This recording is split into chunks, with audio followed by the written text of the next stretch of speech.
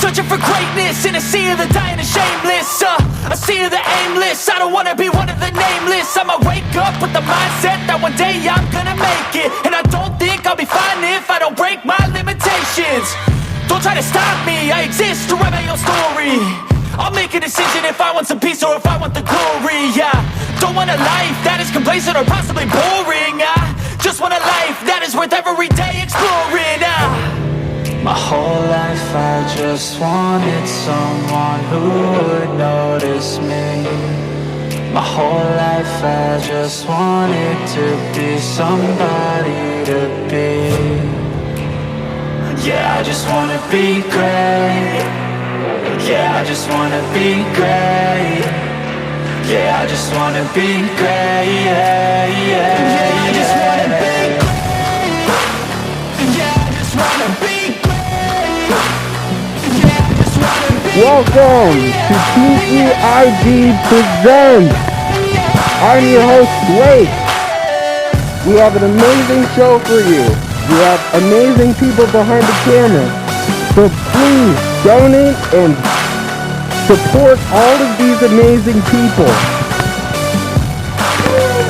This is a statement to appreciate all that is Let's get the vacant. show started. It's just for the taking. If you make up your mind to First be up, taken. we're going to have I'm some never films complacent. I from would work in a Sasha. mansion or basement, yeah. So There's no Sasha's replacement for going to come up persistence and talk a little bit more yeah. In about this it. life, I wanna be soaring, to feel sun inside when it's pouring, and I'll fight till anxiety is foreign. I'm so sick of my mind's extortion. My whole life I Woo! Going right to Sasha.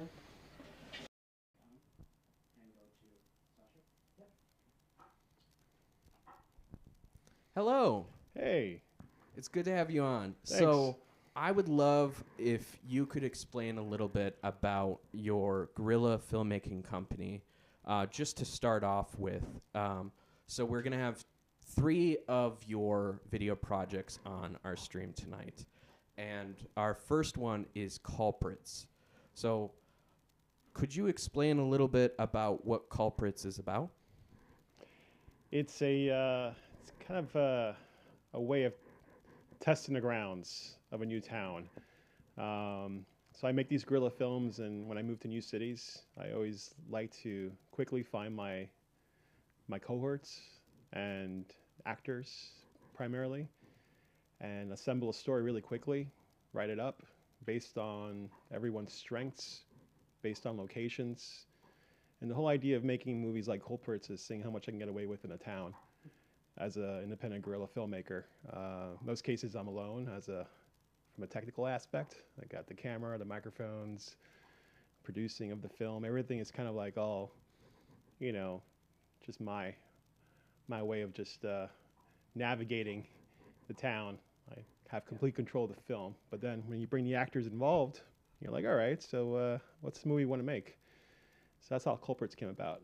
It's just a way of literally, if you want to know what the story is, watch the movie.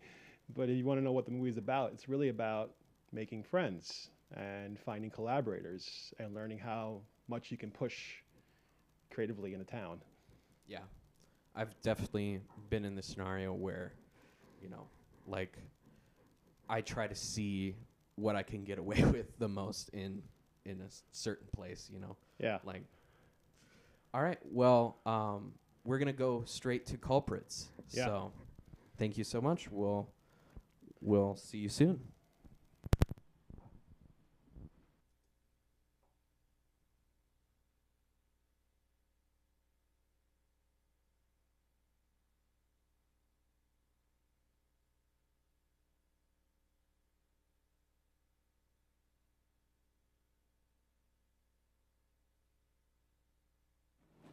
Wow. Good morning. What do we have here?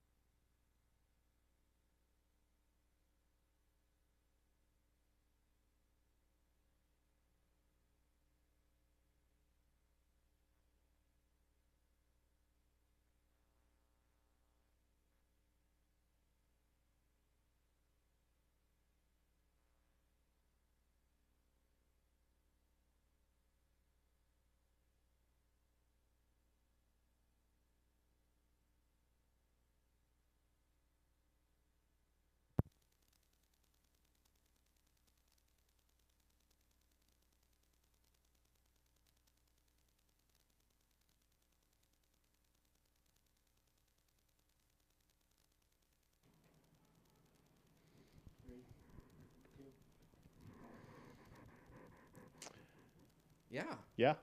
That was. Where can they watch that film? No, that was a teaser, so they can watch the 50-minute film on YouTube. Just Moonshine Films, and that's I guess Culprits is the name of a label, and the name of that particular movie is called Blood Under the Bridge. It's just fun. It's an ensemble cast. It's great, all local actors, and it's a bit of a, those movies are kind of like, the way I think about them is like a bank heist. You find the right actors, you kind of like make this really strategic plan. You go in, you film, you get out as quick as possible, and nobody gets hurt. Yeah. And you get away with footage. So Yeah. I think, it's kind of a testament of just what is possible with just a camera and a lot of willing contestants. I've definitely been in that scenario before where I have had to just try to figure out a way to get away with it. Like I barely have enough time to film it. Yeah. But it is necessary. We just need to film it. We only have a certain allotment of resources and people, and we just need to get it done and get away with it. And the good thing about Portland is that you can quite literally get away with it. Yeah. I mean, we were doing things on the street that would seem like red flags in everyday life, but nobody Right. stopped us. And we're like, let's go farther. Let's go more. Let's do it more. I know some difficulty I've had when I was filming in Wisconsin was they're very meticulous about seeing your permit and, Yeah. and, I do feel like in Portland it is a little bit more free, and that's a really cool thing. So we have your reel Yes. next, and we're going to go straight to it. So thank you for tuning in, and here's the reel.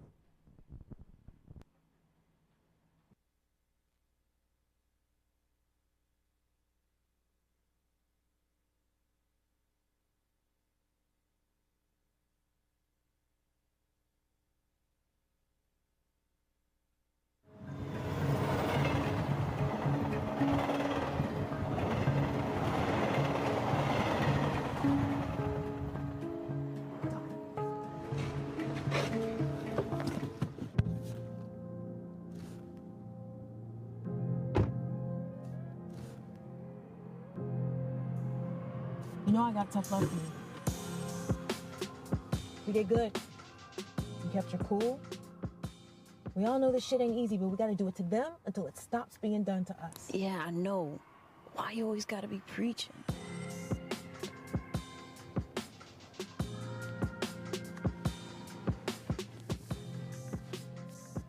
I don't know if I could kill a person.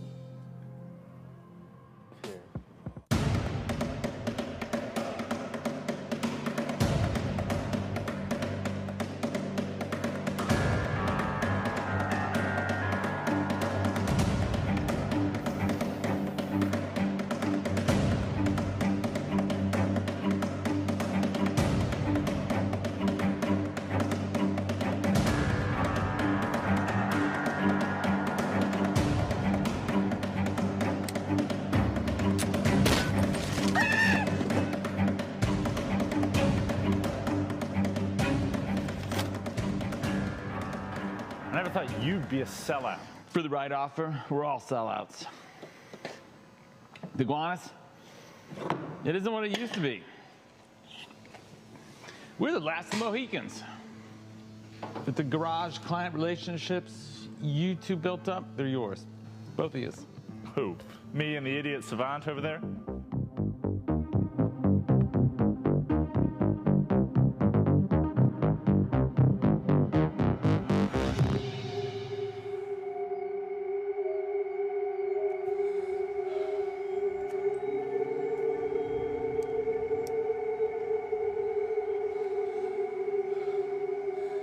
Lexi.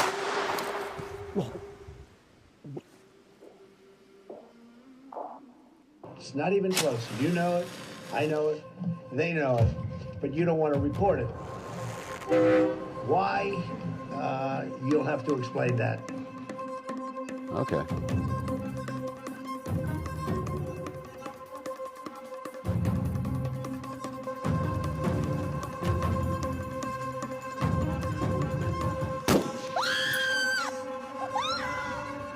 per capita basis, our mortality rate is far lower.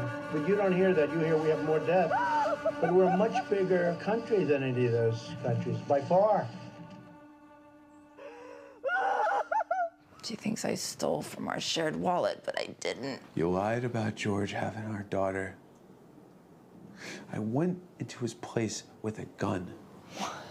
What? Where did you get a gun? You realize we all came out here because we're all in this together, right? When it comes to optics, firebombing a police station negatively affects the BLM. This type of chaos, this is what makes people start hating demonstrators. You know when they talk about distinguishing the difference between the signal and the noise? Sure. Well, we're getting paid to amp up the noise really fucking loud so that signal becomes a glimmer of hope at the end of the tunnel. Hey, Jay, you ready to rock it? I don't know what I or any of you would want to be a part of that. All right, let's go. I don't know, Snowflake.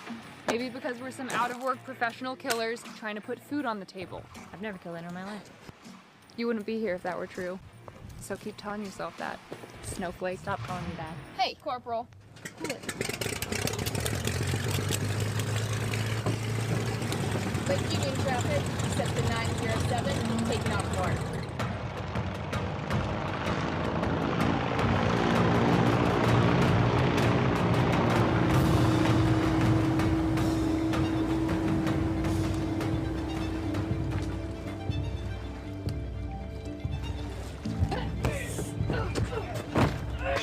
Stop! Stop! Think about what you're doing! I think I'm gonna kill you, bitch! Think about Fiona!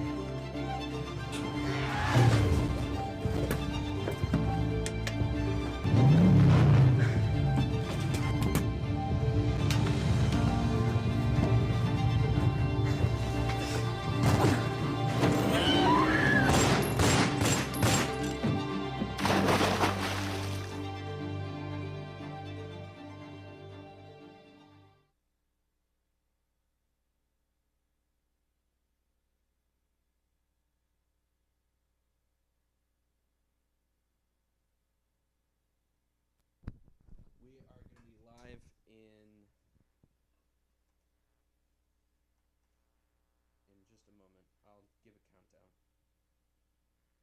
for when we're live. I just need to wait for this to load. And it's a good thing we weren't live in that moment.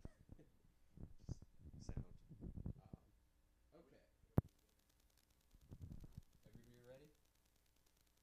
Cool. Okay. All right, we're going live in 3, 2, 1.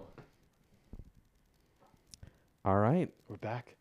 That was your reel. That was my reel. One of the shots that stood out to me was filming in that plane. Yeah, the seaplane. Yeah. It's been a boyhood desire to want to be a pilot, and seaplanes are something I loved. I moved to Portland temporarily during the middle of COVID, so when the riots and everything were in high gear in Capitol Hill. And then I saw these seaplanes flying around. I got to get on a seaplane. Yeah. So I lucked out. I went to Seattle Seaplane, which is a kind of like old school shop that's been there forever, I think since the 70s. Yeah. And met a pilot named Bam Bam and just took a flight up there with him. And he told me that his entire, he had a trip planned with multiple people. Yeah. And that I was the only one. So he's like, let's just go up. And Yeah. then because, and we went up, just him and I. And he's like, you know what, let's just stay up longer. And we got to know each other on the airplane, just flying around Seattle. Yeah. And then I took him out for a couple of beers. And then I said, hey, I'm making a movie. What do you think if we, he's like, yeah, sounds good. So I think just already into it. I think the fun part about it is that you can just ask. Yeah. And I think people, they see that you're coming from a place that's just like curiosity and fun and creativity and genuine, people want to help you. People want to be a part of it. Yeah. So I think the whole idea was like working within the confines of like, like the actors cannot really fly the airplane. So it's like, how do we work around these things? And yeah. And you got 15, 20 minutes. So it's like, all right, so let's maximize it. Yeah. But what were some of the gear like troubles? Like, did you have any trouble like, No. I had a great job in New York City. I worked for an energy company I helped start, and I started flying in different parts of the world. to make videos, and it all came down to whatever I can carry within my bag. Yeah. So I had, you know, my Lumix, I had my Rode mics, I had my drone, and if I couldn't fit in a bag, I didn't really need it. Yeah. So I quickly learned how to work within that particular set of gear. So, you know, once you just get the gear challenge out of the way, you can focus on performance, actor, story, negotiate the world around, you know, and just pivot when you need to with the whole script. Yeah. So yeah, it was no problem for me at that point. Yeah. That's great. I think like you set that, you know, expect to have some snags, some little failures here and there, that this is where we learn and this is what we like. I think when it comes to these kind of movies, I'm looking for those opportunities where where the shit hits the fan. I'm like, okay, good. So how do we turn this around and turn it into something good? 100%. Yeah. Definitely with this show, we have a lot of safety nets. You know, we have a lot of things to just be prepared for, just in case something happens, you know? Mm-hmm. So, yeah, I definitely think that it's something that is a good thing for a filmmaker to do, is just be over-prepared, you know? And to just know how to adapt to different scenarios, you know? You know, it's kind of like playing sports or playing football or basketball. Yeah. I mean, you can be on the court, you can practice the 2-shot, the three-pointer, you can, you know, but when it comes to game day, like all that goes out the window. Yeah. You know, and it's how you rely on your team and then how you move in turn with whatever is being thrown at you. Mm-hmm. So I agree. Yeah. So your next project, Wormhole, is that correct? It's called Stogie's Wormhole. Okay. And that came from an actor's workshop that I just threw up on Backstage, and it was an open door policy. It was every Wednesday night in November. I said, if you want to participate in an acting workshop, come by. Yeah. And anybody who would show up, you know, I would basically include them part of the workshop. So we had a 2-hour workshop at Brewery 26, and it was every Wednesday. And before you know it, the next Wednesday came around, new people came by, and then repeat offenders came back again. And then they came back again the third time, and then the fourth time. So by the fourth or fifth week, we had a nice little gang of people. Yeah. And I said, hey, so this is the end of the workshop. Like, I didn't charge anybody. It was just a way of getting to know each other. Everyone found value in it. So I said, what do we do next? How about we make a movie? Yeah. So then from there, I just said, so what's the movie going to be about? And they all started throwing ideas at me. And then I started writing Stogie's Wormhole based on everyone's input. Yeah. And then I put them all into the movie. Great. Yeah. That seems cool. Yeah. All right, we're gonna show it off right now. Yeah. So tune in.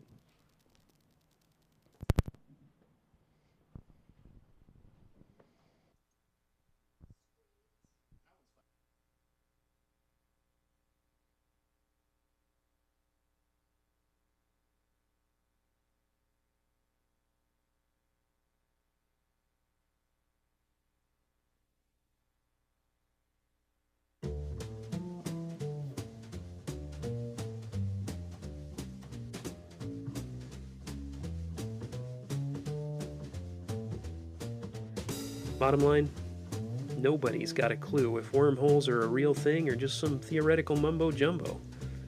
In theory, they're supposed to connect 2 points in space-time.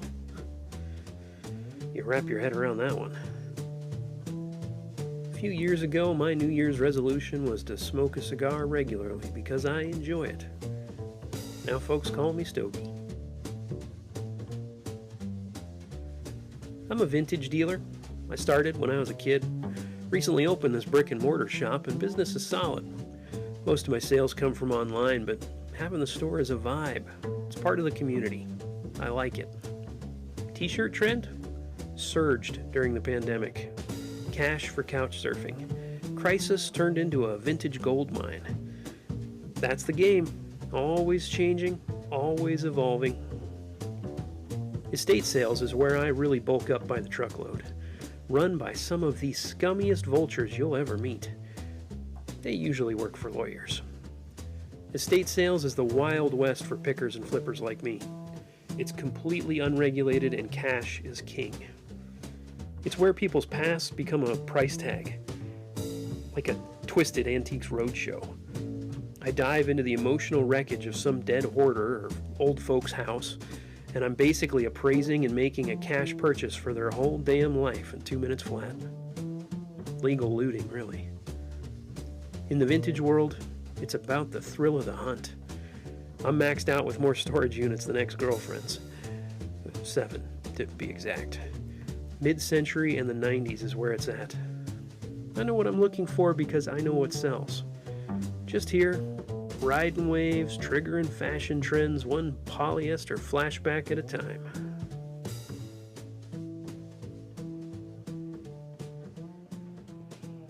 This is the fitting room. The thing you've all wanted to see. Here it is. Ever since I took over this shop space a year ago, people have come out of this fitting room that never actually walked inside. You get to meet some of them soon. This fitting room right here, this fitting room is the other side of a wormhole. I think they come through the electrical socket. That's my best guess. It's the only thing that makes sense.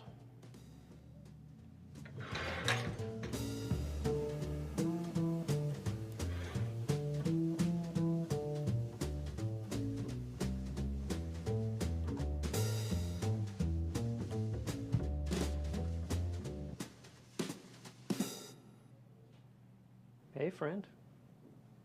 Where am I? A vintage clothing store. I'm sorry, what, am I in Detroit?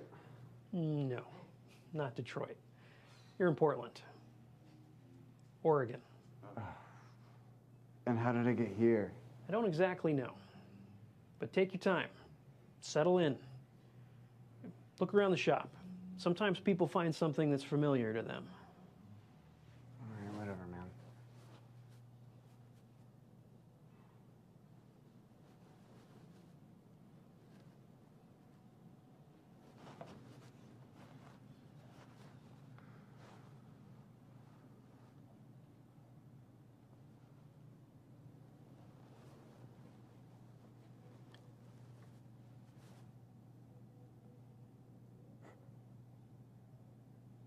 It's mine. Can you tell me what year it is? What? It's 82. It's 82. Hey, man, what is this place? Are you hungry? Let me buy you some lunch.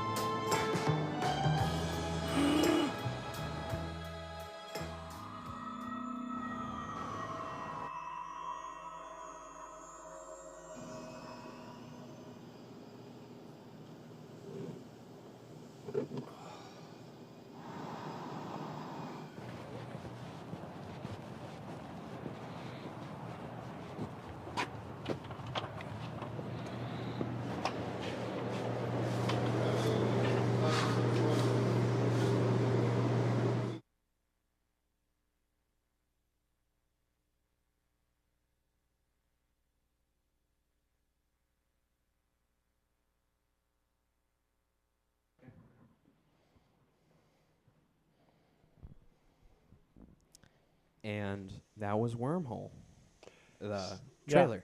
Yeah, the first 5 minutes of a 50-minute whatever. Yeah. Something fun. Yeah. There's a wormhole in a vintage clothing store. And the vintage store owner has experienced people coming out of dressing rooms that never actually went into it. And these people have come from different time periods. And the whole thing was really kind of like inspired by Yellowstone Vintage, which is a great vintage store in East Portland. And I just want to give a shout out to Heath because he was open-minded enough to just let me have my way with the store. And just a beautiful shop, just well curated. And, you know, I highly recommend stopping by there's always some great shops that just love filmmakers. No, you don't coming in. understand. This is the shop. Yeah. There's only one. Right. It's Yellowstone Vintage. That's right. I apologize. All right, we're gonna take a small break, and then we're gonna be back with some photos from a local photographer. Great. Thanks for having me, Blake. Thank you for coming. Yeah.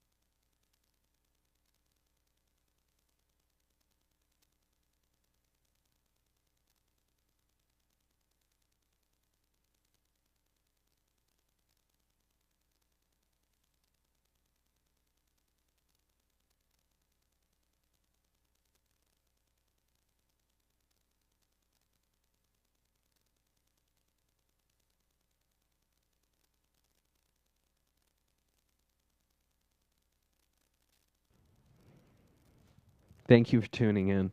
Again, I want to reiterate, please donate. You know, every single cent that is donated to this stream redistributes back to everybody that's a part of it. I want to say a special thanks to all of the crew that's on here tonight. Brian, who is getting possibly a really great shot right now. Lindsay and Xander, who is always video switching and always doing 10 million things at once behind there, while I'm just the host, which, you know, whatever. Yeah, I mean, I set all of this up beforehand, so I guess I did that. Yeah, I said that without the mic, too. Yeah. So. Yeah, well, now no one knows what was said, and we're never going to share that, you know? Right. So it's just going to be a mystery. Up next, we have some photos from an amazing photographer and a good friend, Allison Barr. Allison Barr is an amazing photographer who does all sorts of unique photo shoots in Portland. So please look her up and also follow. We're going to have her info in the comments. And thank you for tuning in. We're going to go straight to it. I feel like at this point I should have that on a shirt.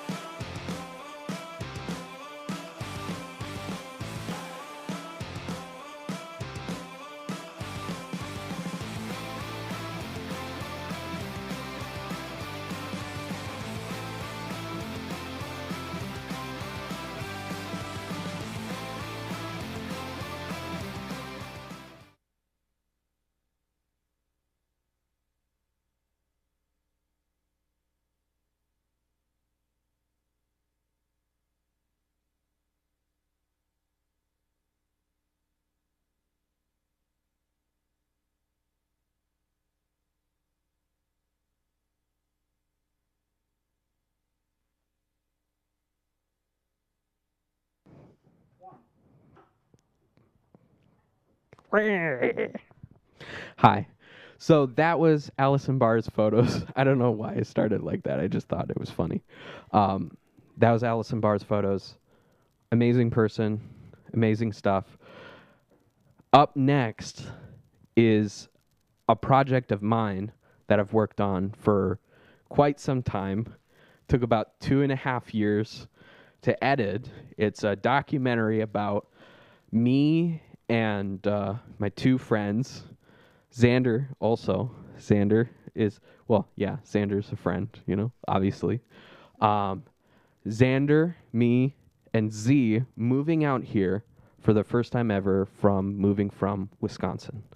We moved 2,000 miles away to get out of Wisconsin. We didn't like it. So we're going to go to a still, and then we're going to go to the documentary. So thank you for tuning in.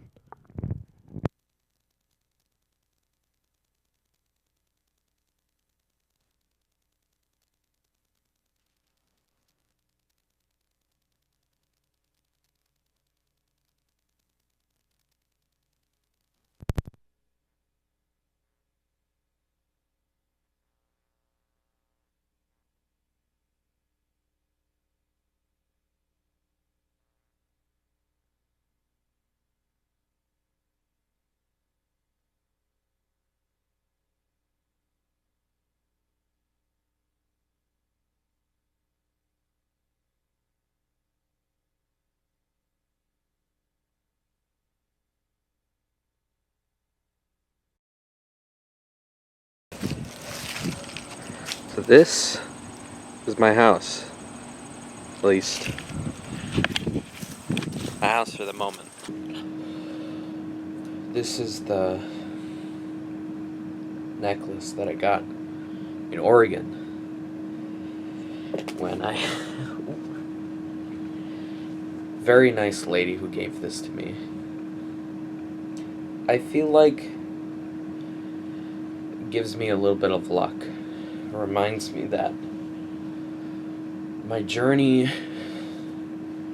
is there. My journey is ahead of me. I feel like I owe it to myself to bring this back to Oregon. Bring myself back to Oregon too. But just kind of reminds me that I need to do that. Luckily it's happening, but it'll happen. Definitely will. I have no doubt about that anymore.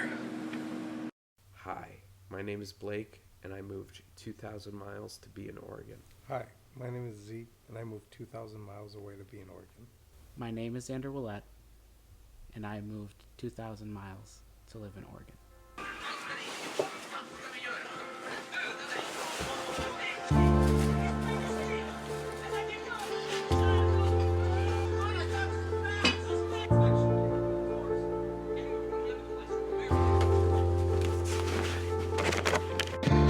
I'm gonna be cleaning a lot. That's my goal. I'm going to the bank to drop off a check. Now, I need to keep myself working, or else I might not have enough money. I haven't been able to save that much. And I've called in every favor that I could. So, I'm on my own now. I'm not sure why, but moving has just brought out some of my insecurities. There's no way that I will let that win, you know? I have good friends who are there with me, and we're gonna be doing this together. I'm gonna be really happy. They are really important to me.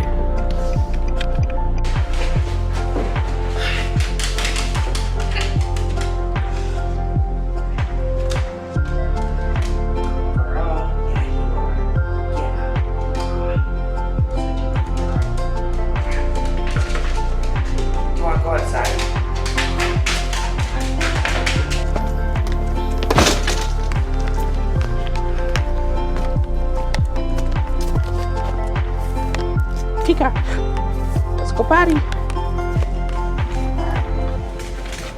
Can you sit? Alright, you're free. You're free. Been too many years being diving in the ocean. Is that what you want to do when you get there? Go see the ocean? Yeah! Well, I'll just sit in the ocean and watch the waves come in. Because, honestly, I was so scared when I walked into the ocean, and I'm not kidding you. Like, I was terrified. I was honestly thinking about sharks, jellyfish, sea urchins, you know? Yeah. Like, anything that could, because sea urchins can actually paralyze you. Gotcha. If you hit them.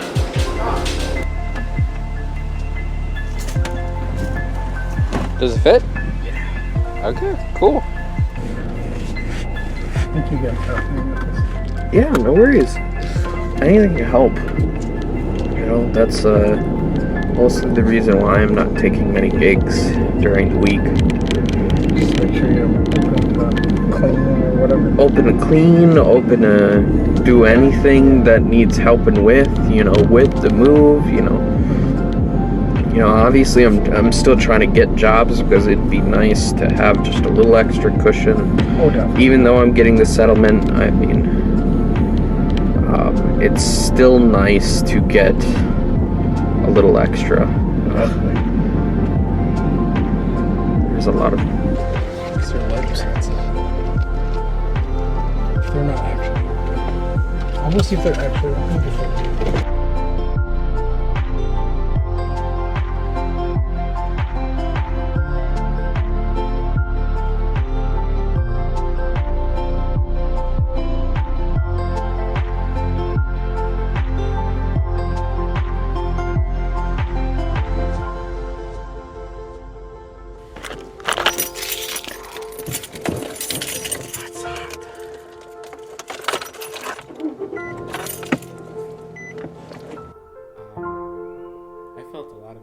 scary for us and the world, you know? And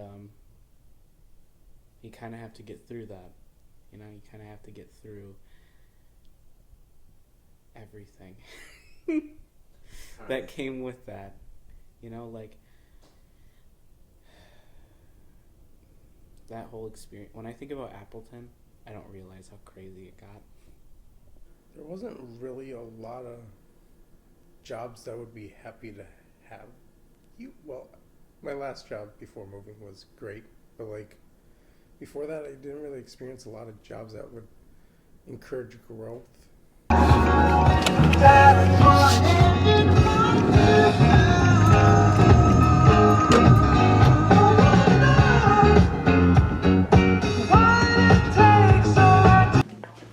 don't know. I don't think we do. Yeah. I mean, like, honestly, it's not a lot to pack. Like, it'd be different if we're like, let's move all of this big furniture. It's like, no. The biggest stuff is our mattresses. Right now, I'm just relaxing. I've gotten a lot of things done on the to-do list. I feel pretty happy about that. And everything else is very self-contained, very easy to pack. And but I'll let you know if anything comes up. Yeah, I am. Right. And I've got to clean out the Nissan. I've got to do my laundry. I've got to. Oh. Yeah. Paper towels, sponges. Moved. A week before, I literally, like, days before, I just felt more and more energy. Literally, I just felt like more it ramped up the closer that we were gonna get. 4 days away on the move. 5, I think, yeah. 4 or 5 days on the move, and things are coming together. Around my room, there's barely anything left. Yeah, definitely. Go get wings. Get wing-wasted. Wing-tasticular. Tasticular. I could not say that word.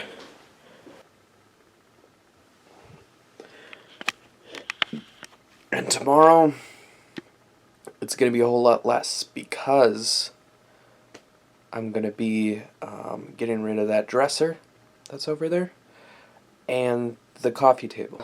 Yeah, cool. Drill, tomorrow, meet, hitch, car. I got to drop off the dresser, then I'm bringing along the coffee table. Cool. Okay. So, should be fun.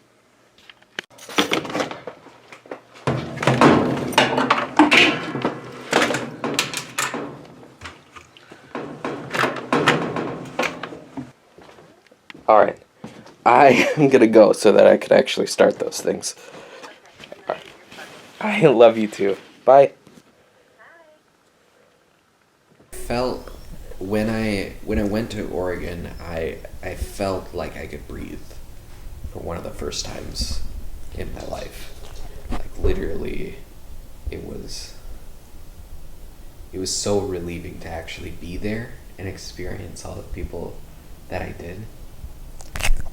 I remember climbing up that mountain and thinking, like, when I got there, that image that we had saw just burned into my brain. And it was just like, I need to burn this in my brain. But I also need to do this again. I need to experience this again. I need to, at some point, get out of where Wisconsin was and get to there. What is something that is hard about this move? Don't even worry about the camera. Sometimes staying present. When do you feel like you're not present? When I'm bored. Even though we have so much to do. Right, also, but like, there's waiting. Definitely. Waiting is part of what we have to do as well. But sometimes waiting is just like... Yeah. It could be seeing something. Or it could be driving. What is something that that's the most difficult thing about moving for you? There was a lot that, you know, you have to get through when you move, you know. There's things that you need to take care of, and you don't realize how much you have to, you know, how much there is to take care of until it's too late. Sometimes. Hacking. Hacking. Yeah. Trying to stay off technology and hack. Yeah. Getting it done and don't have much to hack. Still think I might be bringing a little too much with some things. But like, I suppose I should keep those some things. It's very weird. You okay? Yeah, that was just very hot. Yeah. I'm cooking a lot of fries, so if you want any. All I can do is really laugh about that because I feel like we all know. We all know what we all have to say about that. You know? Like. What do you have to say about it? It was just toxic. You know? Like, it was at least toxic for me. You can't be like, like a different being there and do anything. You know, like you have to have a stick up your ass all the time and like view things a certain way. Otherwise, yeah, it just doesn't feel right. People are gonna feel uncomfortable. What's the deal with all these sauce packets? Okay, I'm gonna go smoke weed. I'm gonna start cleaning. Hey, pretty girl. I'm trying not to get excited because I know there's a possibility that it's in here. We could move early. But I know that Zach might say no because of the dinner.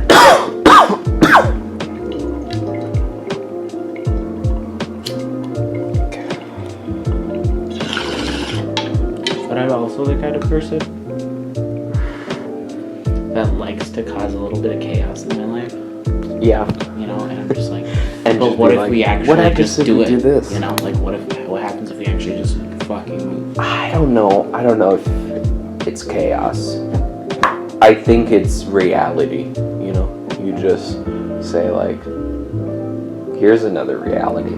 We don't have to follow one set thing, you know? Like, I truly believe that what harm would it really be to leave a day early? I don't see anything but benefits. Yeah. You know? Yeah. Like, that was a good time. I really loved that last week. Cause like, you stuck with me and you're just like, fuck yeah, let's actually do this. Like, let's stop wasting our time. Let's get there. And I was just really glad that you were on my side about it. You know, I was just like, you're a real homie. You know the fact that I need to fuck up here. We had a conversation, and it was where... You know, I've packed one of those 5x8 trailers. I feel like we're gonna be able to, like, you know, all of our light stuff going in there. Hell yeah. You know, that's actually gonna take up a lot of space. Babies to stay looking young, and I will tell you this: I love children. I can just never finish a book.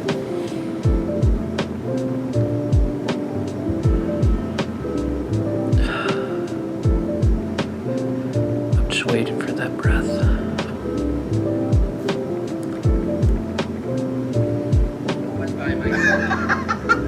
I get questions about the fireplace.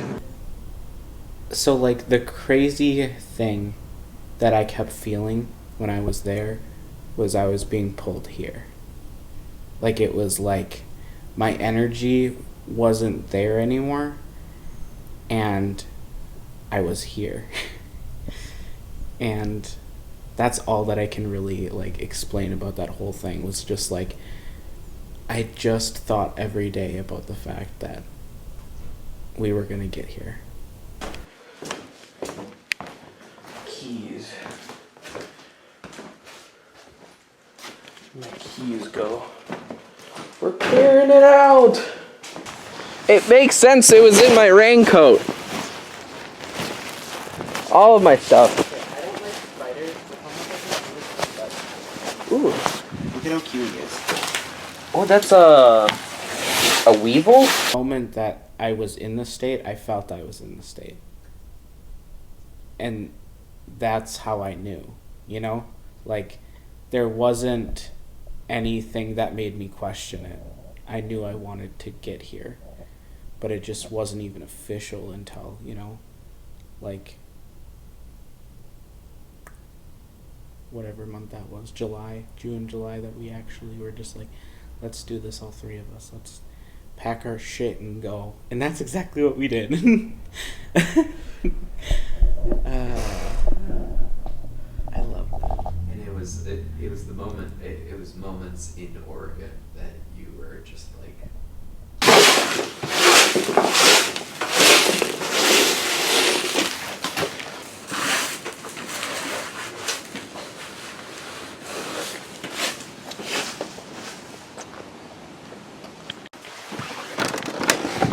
Hydrate yourself for the move. Hydrate yourself for the move. You're Blake. You should hydrate.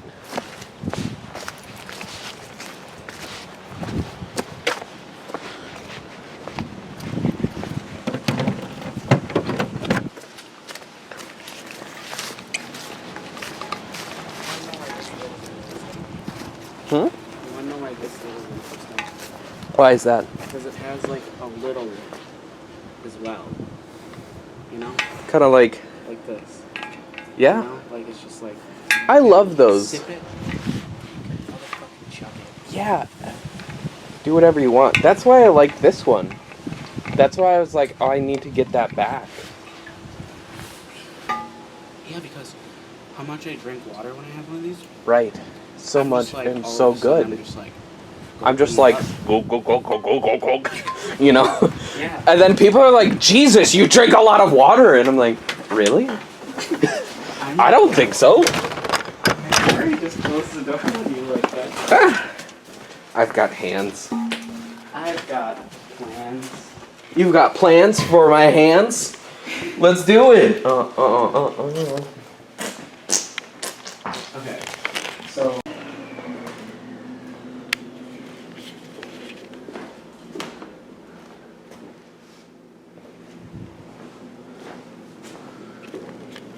Here, you know.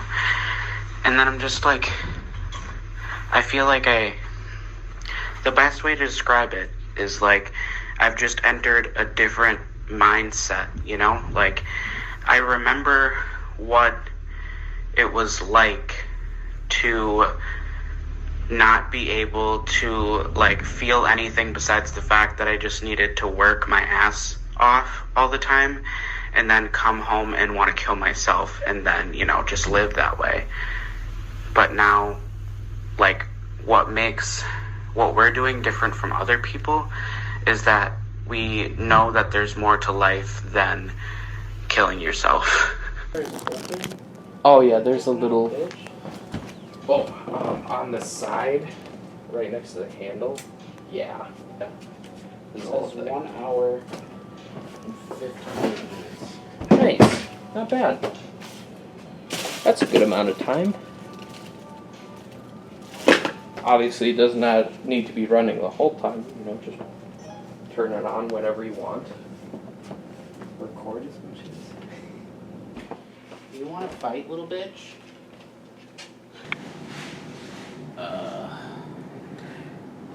I have my eyes on, and I can't even see your face. It's dark.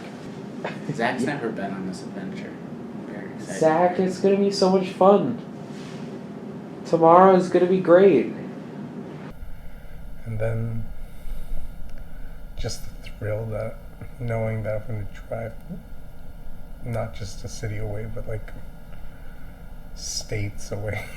It sounded fun. It sounded like a dream that I've always thought of, moving out of the state.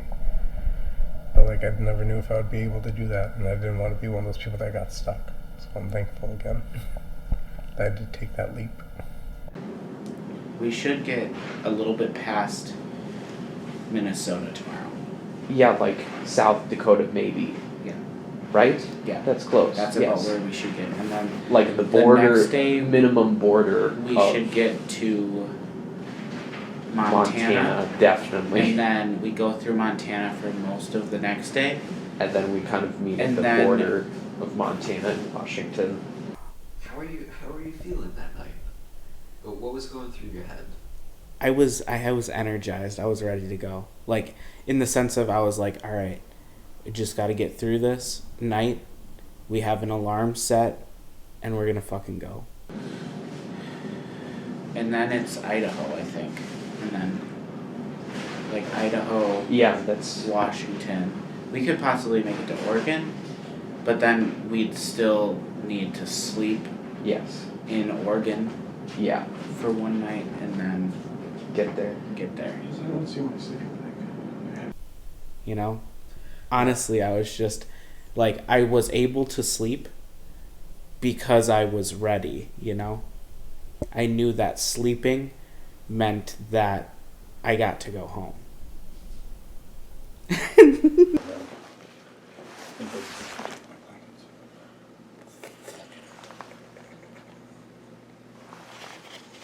Are you bringing that with? Nope. Well, I'll take you up on that. I think that we could get the rest of the stuff in the car, but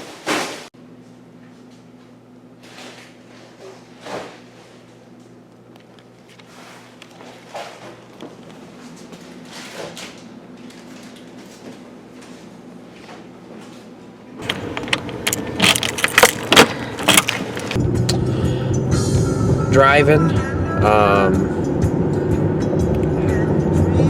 We're all going the same direction, so that's great. I'm excited.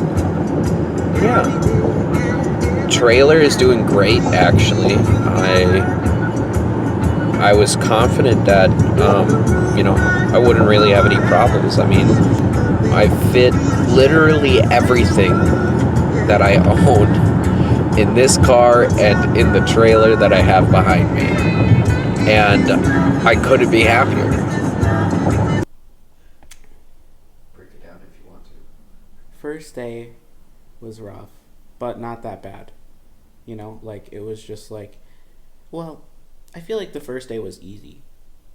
We were just going to get to where we're going to get to, which was nice, because we're all on the same page this entire trip, which made it so easy. We're just like, let's drive, and when we don't want to, then we do something, you know. First day was good. It was a good day. I don't remember the night, if I'm being honest. So I had a piece of an edible. Now I'm baked. Traveling, and we're starting our journey, but I'm a little behind from the rest of the group, and I think I've entirely forgot about one camera's SD card. But I think tomorrow I'm just gonna give Zach this camera, and I might not say much because I felt like I've said a lot, and I can also say a lot at the hotel room or record with my own phone. Honestly, it's not the worst thing in the world for me. So I mostly want the other guys to have their... Oh yeah, I caught up with them. Big bad. I cannot wait to edit Vince, to sit in that spot. Something that I've been thinking about is walking the streets of Portland. I'm really excited to do that. honestly, I was nervous that you guys wanted to push for like 8-hour days, and I was very nervous about that. I was like, okay, I'll do it. And like the first day, I don't know if it was just like the euphoria or like the adrenaline because of that drive of actually getting up and going. But like I pushed through, and I didn't feel like it was that bad, which is weird. But it's probably like when you get that high of like doing something where you're like, I can keep on going. But like 8 hours didn't feel that much. Right now, we are about probably midway through Minnesota. We should get to South Dakota by the end of the night, at the end of our drive. All right, so we're in the lower part, or the more west part of South Dakota. And let me tell you, bringing this hitch along, this car is doing a rough job, but it's doing it, you know? If you couldn't tell, I'm a little tired. I'm honestly really excited for the first night at the hotel. I think Zach is having a fun time too. I hope so. One thing that I learned from Wisconsin is that how like people interact with each other is very important, and you need to be in an area that where everybody has a goal of what the community should be. You know, if you are around a bunch of alcoholics, you know, you have a very high chance of becoming an alcoholic. Wisconsin taught me how to actually pick the people that I want to have in my life. And I feel like the people that I picked to be in my life are exactly the type of people that I want in my life. Spot. Something I've been thinking about is walking the streets of Portland. I'm really excited. I was exhausted. Yeah. I didn't realize it until like we touched the hotel bed. I was just like, yeah, this is comfy. I've been listening to Queen all day long, and it's beautiful. While the sun was setting, and you could just hear in my voice like how tired I was. You know, because it does a lot to your body, like that long of driving, even if it is 8 hours, and we were only 1 day in.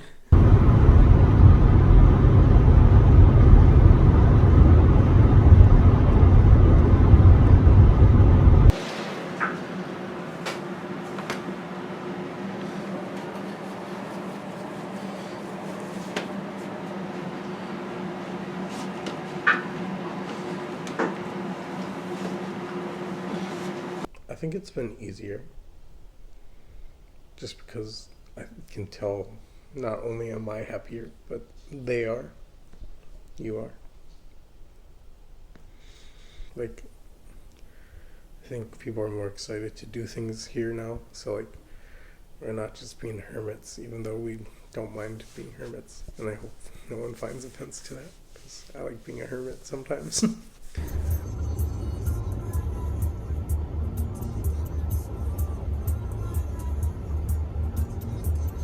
I've always been a person that doesn't look into much to things because I like the unknown and like exploring that, I guess. Yeah, just knowing the unknown, but like just taking a chance because worst comes to worst, it doesn't work out. Even though, like, even when we got back, we weren't 100% sure we were gonna do it. That wasn't until, like, I feel like that wasn't until, like, June, July, like 2 months after we got back. And then we're just like, hold on here. Let's stop a second and let's do this because fuck it. You know, like, we have our lease ending in October. and none of us like it here. And there's so much opportunity here to like grow a plant-based food truck franchise or whatever the fuck you want to call it, or like to literally do anything cool with video, or literally just display, t-shirt. What am I trying to say there? Like, I don't even know how to describe it. T-shirt stuff. Explore with t-shirt design. Yes. That's all possible here. Like, without a doubt. And that's the beauty. Yeah. Mm-hmm. How the fuck are we gonna tell people in Wisconsin that this is what we witnessed, this is what we saw? Some people never leave Wisconsin. Poor bastards. Yeah.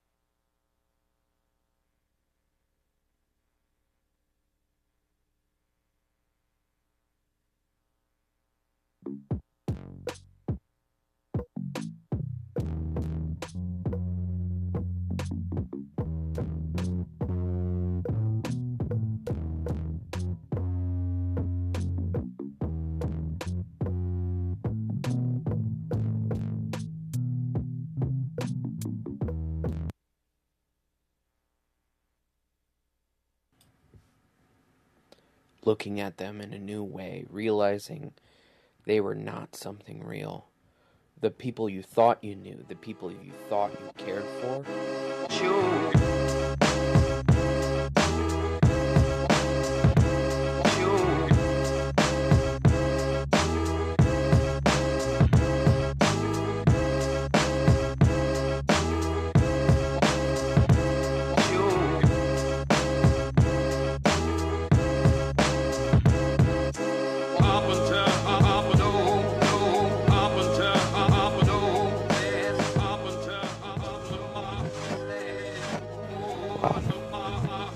It was just rose-tinted glasses.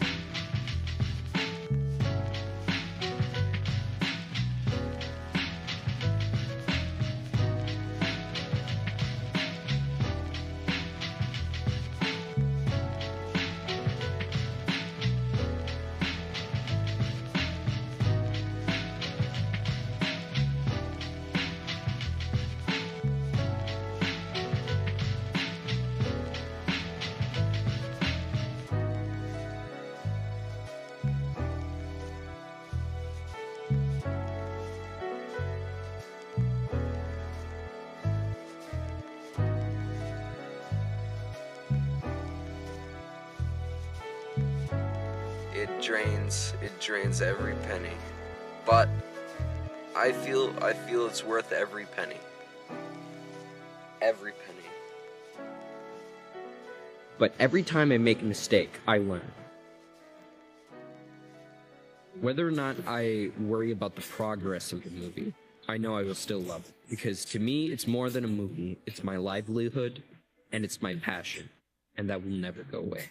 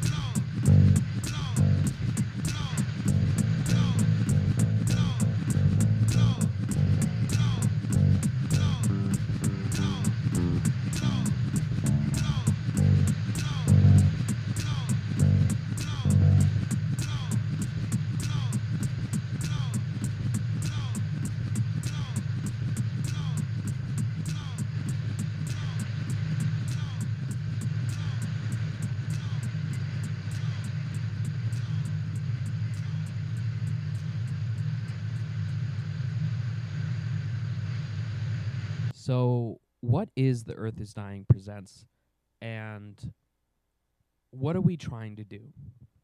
Well, The Earth is Dying Presents is about one thing and one thing only. It's about the artists. I have had a deep passion to try to help out every artist that I can. I feel like there's not enough resources for artists to make income.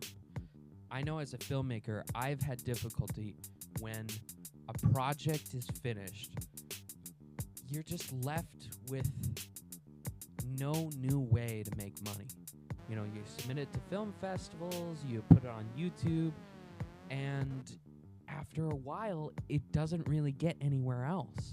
But it's an amazing project, and you feel like other people would benefit from listening or watching your art project. Well, this is what The Earth is Dying Presents was made for. Reintroducing your art project to the world. Not only do you get more followers out of this, you also can get more income. We collect donations and split them evenly among everybody that submits. That means that your old art project has another chance at making money again.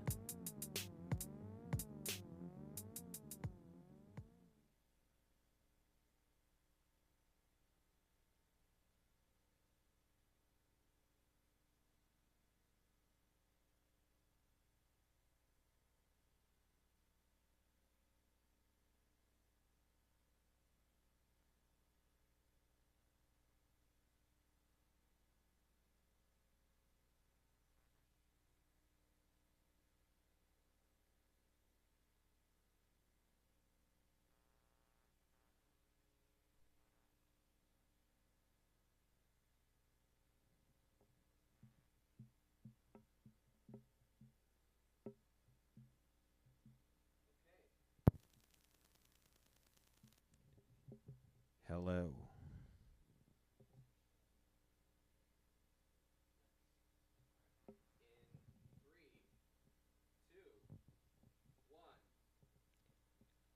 From the heavens above and the flames below, please welcome Ashleigh Spencer.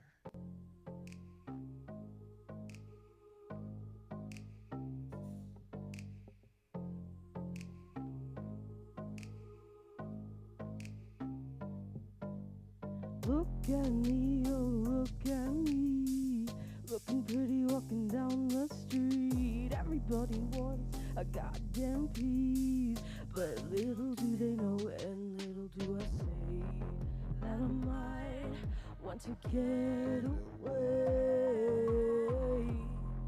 that I might want to get away. Darkness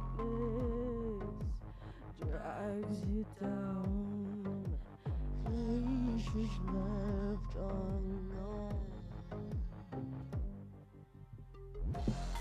Oh, I wish I could cover myself in diamonds just to hide the fact that I'm dying.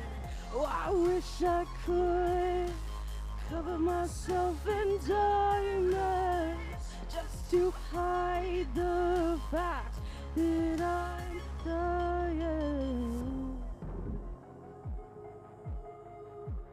Oh, I'm dying.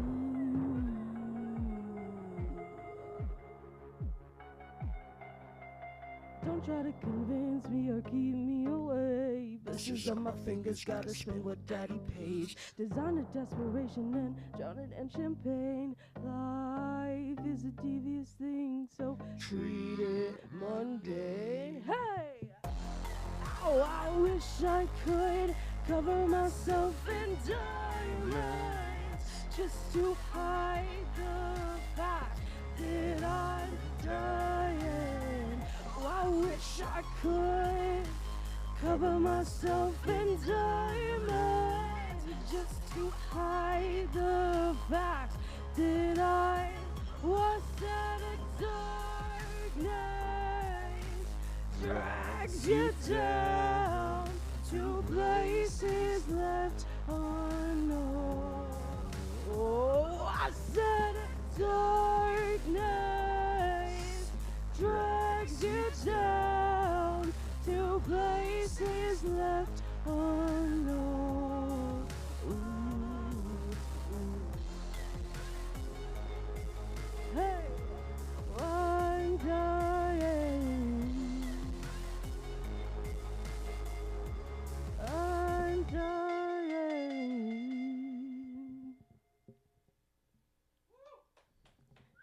Thank you.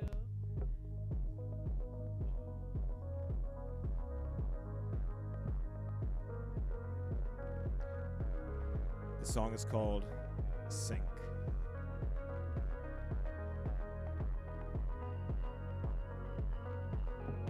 all of the shame. I can't remain beside my fate just to throw it away.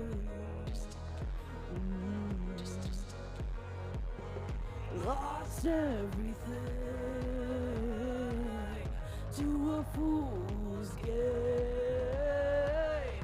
I need to get away, but the void in place. Desperate times call for desperate measures. So baby, sink your teeth down on me. Desperate times call for desperate measures. So baby, sink your teeth down on me. Sink 'em down on me. Sink 'em down on me. Sink 'em down on me. Pretty please, sink 'em down on me.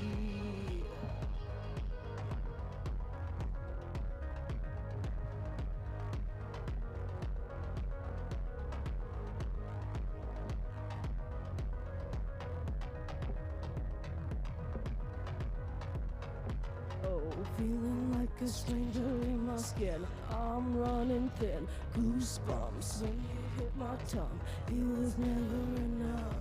Erase all the things you knew of me.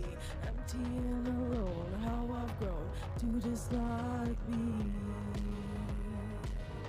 To dislike me. To dislike me. Dislike me. Feeling like a stranger in my skin. I'm running dead. Goosebumps when you're in my tongue. It was never enough. Erase all the things you knew of me. Empty and alone. How I've grown to dislike me.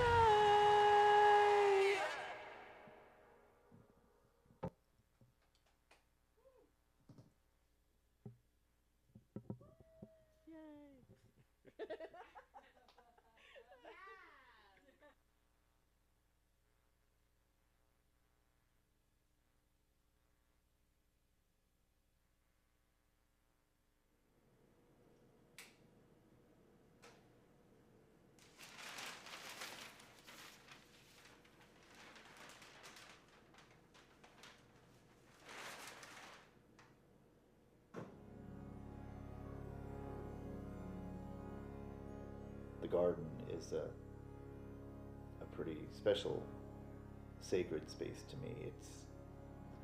It's ritualistic. The ritual follows the sidereal and solar cycles. The ritual follows birth, growth, decay.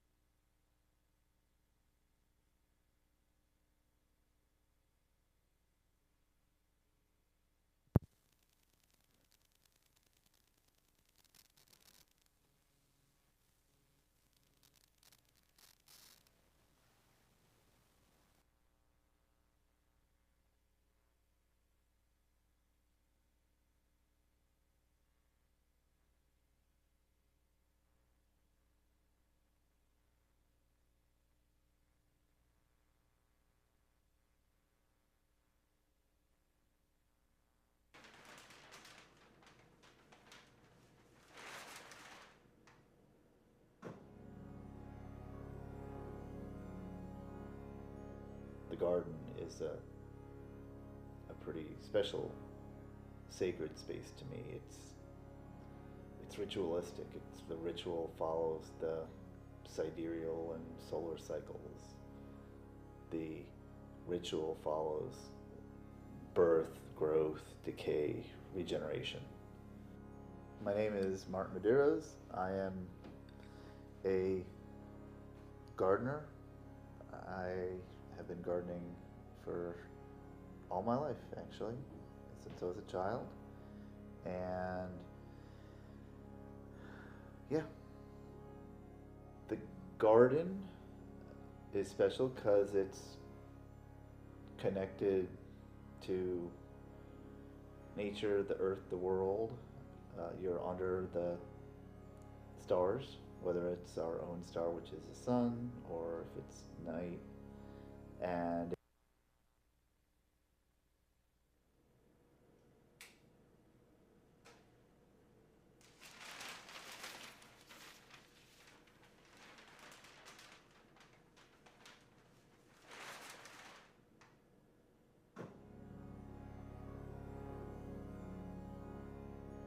the garden is a pretty special, sacred space to me. It's ritualistic. The ritual follows the sidereal and solar cycles. The ritual follows birth, growth, decay, regeneration. My name is Martin Medeiros. I am a gardener. I have been gardening for all my life, actually, since I was a child. And yeah, the garden is special because it's connected to nature, the earth, the world. You're under the stars, whether it's our own star, which is the sun, or if it's night. And it gives you connection to the universe in a way that other things don't. What you create in the garden is non-instant gratification. You get to see growth over days, months, years, and that's something great. It's a lot of trial and error. It's all about adaptation and changing, experimenting. We have about 18 fruit trees. I probably killed 15.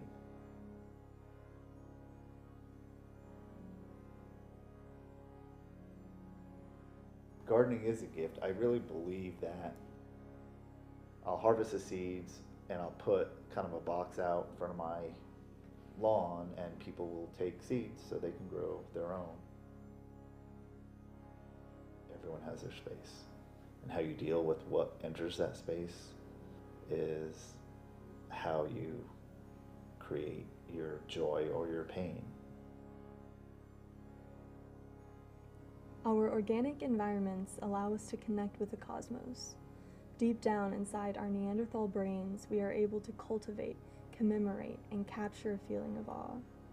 A thin place is a place where the boundary between heaven and earth is especially thin. They give a sense of connection, transcendence, and wonder. It's a bit ambiguous, so let me provide some context. The Celtic tradition describes this place as a spiritual edge. It is often rooted in nature and is a place where God's presence is more accessible to humans. And while not everyone practices spirituality, most engage with ritual, routine, plans. It is through these concepts that we can explore the potential of certain spaces, whether natural, man-made, or something else entirely. Here we are able to rephrase the thin places of the 21st century as technology overtakes us. It might not be that picturesque overlook. It might be something that you make with your own two hands. These veiled places are not only outdoors, but can take place indoors.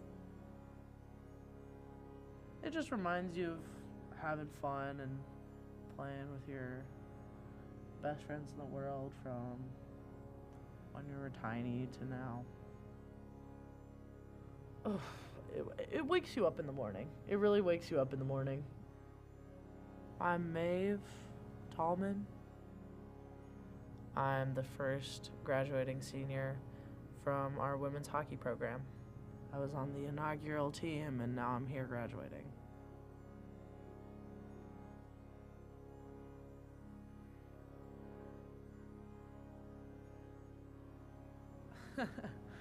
Our rink now, I mean, our locker room is folding chairs and plywood we screwed into the walls and hangers. And we just set up a stick rack. We just put one together as a team, of course.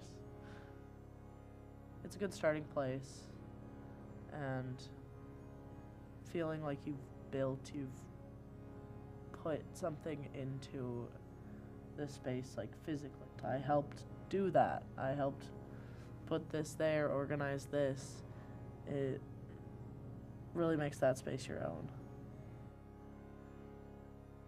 I won't be harshly judged either. It's a very comforting environment made by my teammates. You have to be, to get better at hockey, you have to be comfortable. Well, to get better at anything, you have to be comfortable enough to make mistakes and try new things and be open to criticism. So if you're not comfortable enough in a space to do those things, there's no way you can really improve or get better.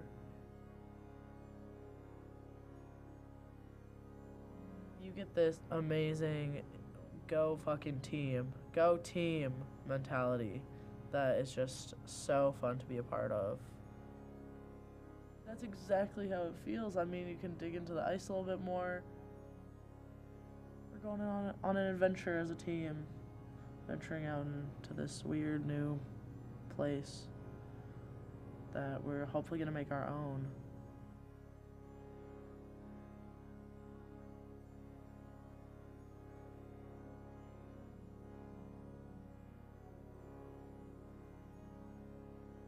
You can also, there are windows at the top, and you can see, as the sun rises, you can see it get brighter outside through the windows, and sometimes, the light will reflect off, and it's so beautiful. It's so beautiful. The ice rink provides a place of challenge. Although inside, the rink mimics the frozen lakes that Maeve grew up around. This leads us to an important aspect of contemporary culture. These thin places do not need to be strictly geological locations. Thin places are the spirits of those around us. Humans are social beings. Humans are social animals. Humans are our sacred spaces. And the sentience of each person who is near and dear to us can cultivate, commemorate, and capture energy within us. They serve as a source of encouragement as we constantly move through different places. Social beings can travel with us while our sacred spaces cannot. These humans help alleviate and mitigate the uncertainty and pain that sentience can cause. And that is a thin place. While we move throughout our lives, we discover that our places change, leaving your hometown for university, leaving your university, leaving the state, leaving the country, leaving. But some people stay. And those people are thin places, because those people connect, inspire, and transport us. They feed us with their gardens, they regale us with their spirits, and they urge us to move through their spaces, no matter how challenging.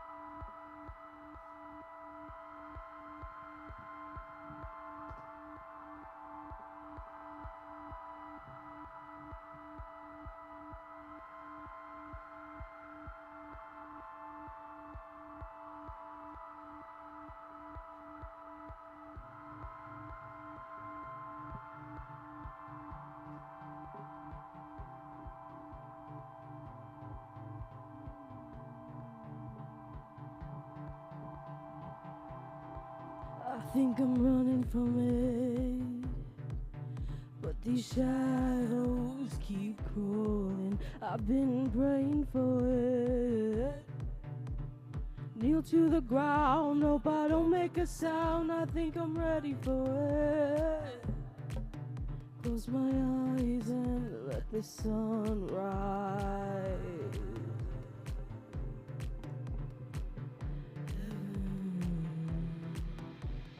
Touch me like you want me. I'm always waiting. If I am a liar, then you are heaven.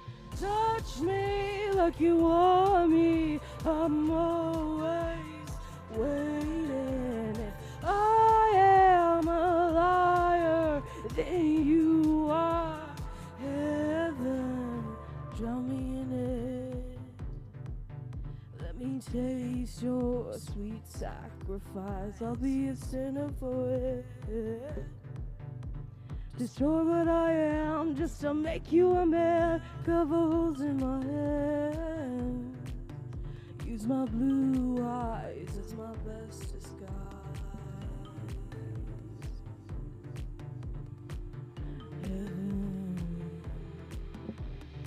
Question me, question this, question every single ounce of simple bliss. Oh, question me, question this, question every single ounce of simple bliss. Oh, touch me like you want me. I'm always waiting. If I am a liar, then you are heaven. Oh, touch me like you want me. I'm always waiting. If I am a liar, then you are heaven.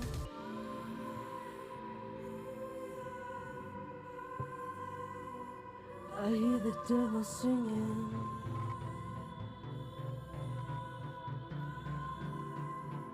I hear the devil singing.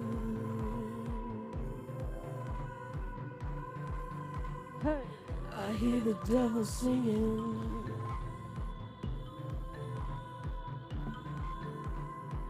I hear the devil singing. Touch me like you want me. I'm always waiting. If I am a liar, then you are heaven. Touch me like you want me. I'm always waiting. If I am a liar, then you are heaven. Question me, question this, question every single ounce of simple bliss. Oh, question me, question this, question every single ounce of simple bliss. Oh.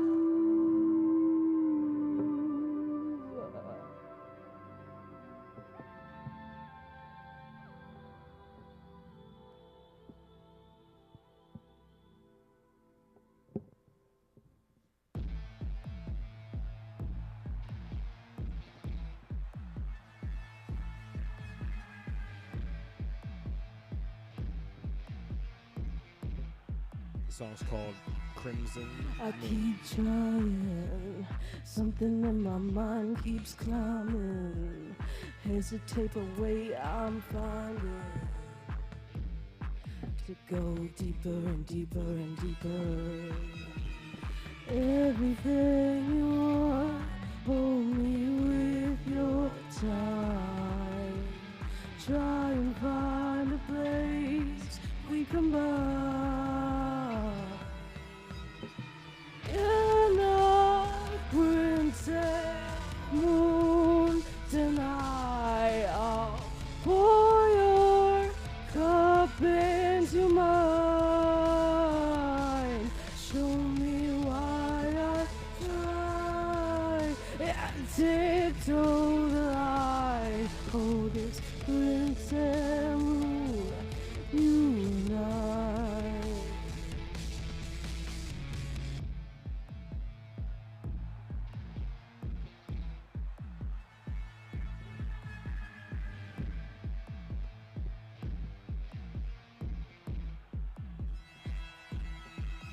You swallow all of my authority, I'm hollow.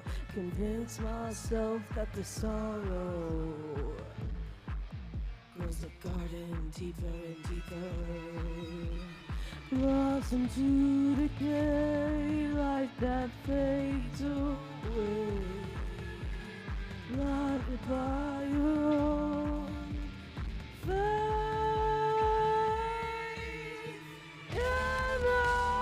Crimson moon tonight, I'll pour your cup into mine. Show me why I do and tiptoe the line. Oh, this crimson moon, you and I.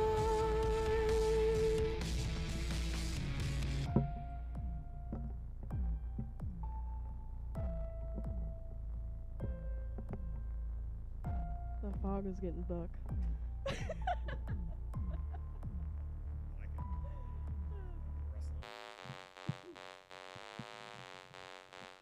Party. Keep it spinning down the drain. I wanna know, but I'm insane. I can tell you wanna taste. You wanna taste. You wanna taste. Hell yeah. Everything that I know rots away with every breath. If I catch you running, then I know that I did my best. You wanna taste. Taste. You wanna taste.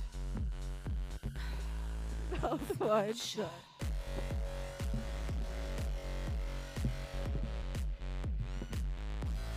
Mouth wide shut.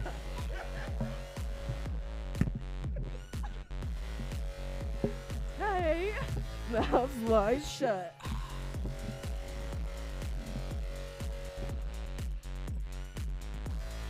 Mouth wide shut.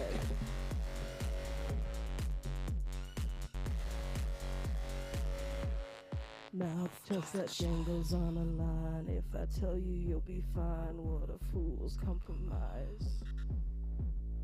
Rolling sweet off my tongue, all mistakes that I have done, even just for fun. Oh no, nothing against me. I'm ready and willing to do whatever you need me. Self-control I can contain, even when it's all in vain. So why don't you help me?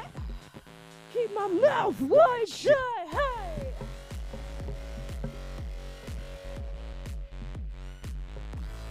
Mouth wide shut!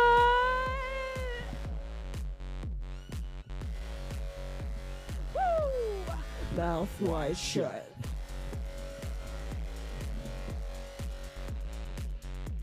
Hey, mouth wide shut.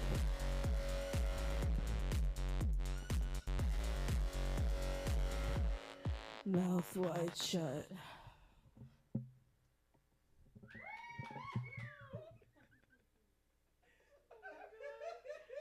Yeah, that's. I don't know.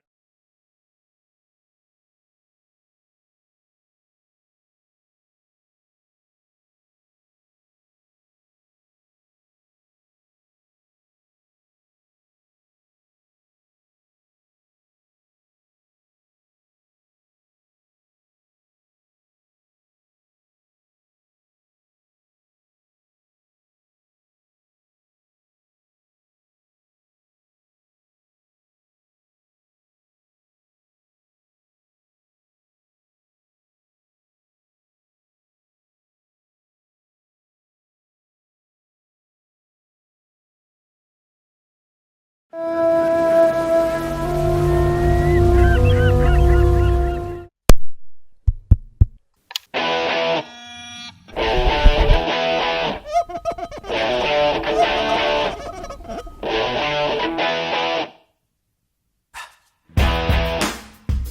hi. Good morning. Oh, do you mind if we start right away? Oh, no, not at all. Good morning. Thanks. Oh, Good. thanks. You come on in. Take your time. Thanks. Comfortable? How about a quick mic check? 1, 2, 3. That's good. Settle in. Make yourself at home. Thanks. So, you ready? Suppose. Now, you've said in other interviews that you had to make this movie. I did. What was so compelling? What was it that initially drew you to the Interesting project? story. After all, why make a movie about a beach ball? Because the story is magnificent. Ancient curses, lifelong obligations, immortality, fate. The kayaker believes that he's doomed himself by doing a good deed. If you'd asked me before, I would have told you that kayaking was the best thing that ever happened to me. Now, I'm not so sure. Just look at what it's led me to. I have only one rule when I'm kayaking. If you see it in the water, pick it up. I recycle or compost everything I can. When I first saw a beach ball, I thought, oh, that piece of crap is going to end up on the bottom of the lake.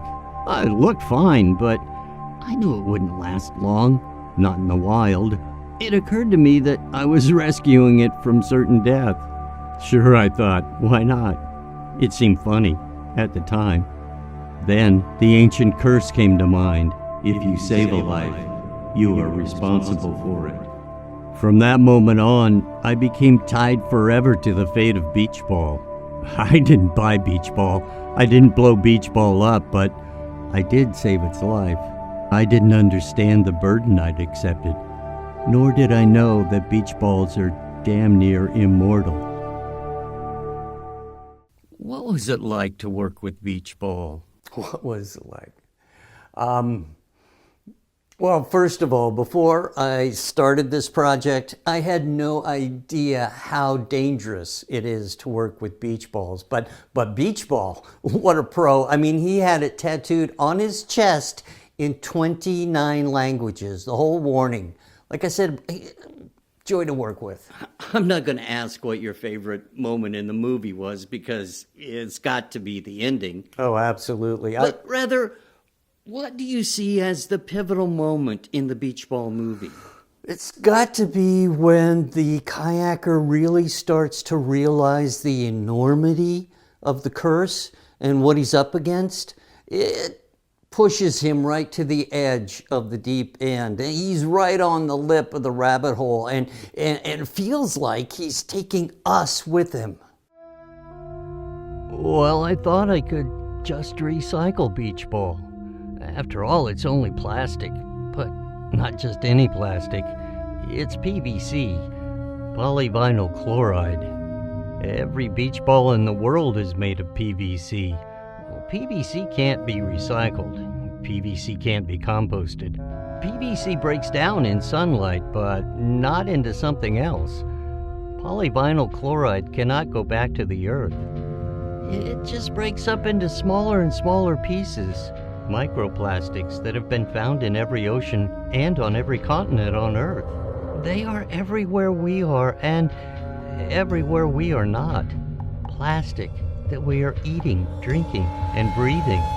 We are becoming beach balls from the inside out. Why do we even have beach balls? Where do they even come from? They don't just appear out of nowhere, do they? As we see in the making of, you almost didn't get that shot. Oh, that was a shot I felt had to be in the film. And the live effects guy, he couldn't get Beach Ball to sink. And, well, God knows Beach Ball was up for anything. He did his own stunts in the whole film, but it was physically impossible. We had to rethink the whole gag. Days were wasted, days. You do have a reputation for impatience. Frankly, I was a little surprised by some of the things you actually showed in the making. I know what part you're talking about. Every shoot has that one long day that you think is never going to end, and you work and you work, and you're just not getting what you need. And there was a point that, as a performer, I thought I was asking way too much of myself as a director. And, creative minds clash. That's part of the collaboration that is film. But in the end, what matters is what's on the screen, telling the story. By saving Beach Ball, I had tied myself to him for life. Our fates were fused. Would walking out to sea free me from this curse? There were times when I thought about popping Beach Ball, but what good would that do? I still couldn't get rid of the body. Landfills might be the dump site of choice for drug lords, but I have a responsibility to the planet. In the end, it was Beach Ball that freed us all from the curse of polyvinyl chloride. I know you get this all the time in interviews, but did you know what Beach Ball was? Did we know what Beach Ball was going to do? No, we didn't have a clue. There was no anticipating it. And when I think about what he did and how much it's really changed the world, I wish he could come back. He could be here to... I'm sorry. That's okay. Everyone understands. Nobody blames you. We had no idea what he was going to do. It was completely spontaneous, and it was so sad and funny, so heart-wrenchingly comforting, and a solution to PVCs that, well, you saw the film. It's been called one of the 10 best endings of all time. Yeah, I think we'll leave it there. Thank you. Thank you.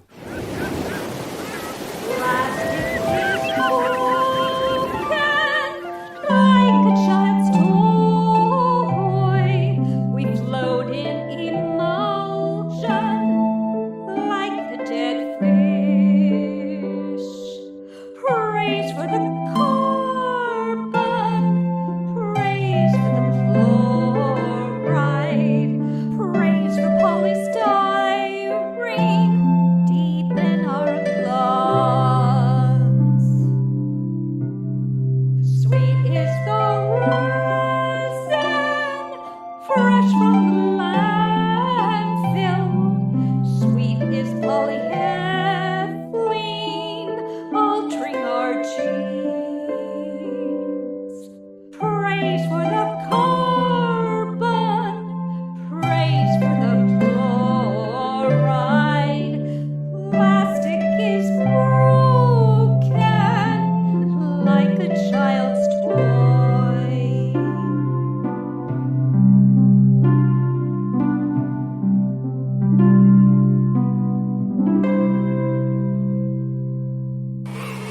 The average American eats, drinks, and breathes 5 grams of plastic every week. That's a whole Costco card. Or, to put it in layman's terms, about this much Beach Ball. Times 52 weeks equals 4.375 beach balls per year. I guess there's a little beach ball in all of us.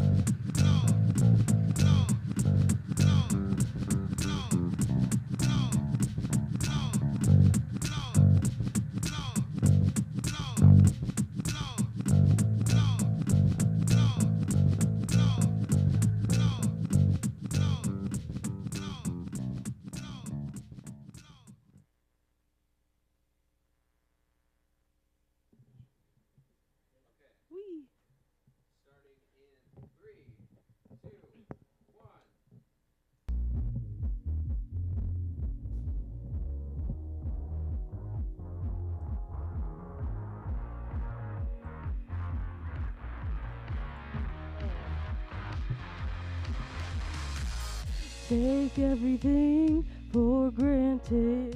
I know better if I had it. If we all die, we might as well anyway. Take pride in the damage. They'll never know that I planned it. If we all die, we might as well anyway. If I let it die slowly, just to watch it become me. If I let it die slowly, just to watch it become me. Hey, sweet savior, I'm falling faster. Try to pull me in, but misery's my company. I'd change it, but I don't have to. These bad habits are killing me. They're killing me. They're killing me. They're killing me. Dirty conscience, past mistakes. Why tell the truth when lies get me paid? You're still begging to find a way to make a change. Change of heart, a change of pace. I think they're catching on, but I can't relate. These violent delights have violent ends. If I let it die slowly, just to watch it become me. If I let it die slowly, just to watch it become me. Hey, sweet savior, I'm falling faster. Try to pull me in, but misery's my company. I'd change it, but I don't have to. These bad habits are, hey, killing me. They're killing me. They're killing me. They're killing me. These angels know something that I don't know. So give me all you've got. Oh, I'm choking on their chain, confessing all my sins. Have mercy, oh mercy, Lord.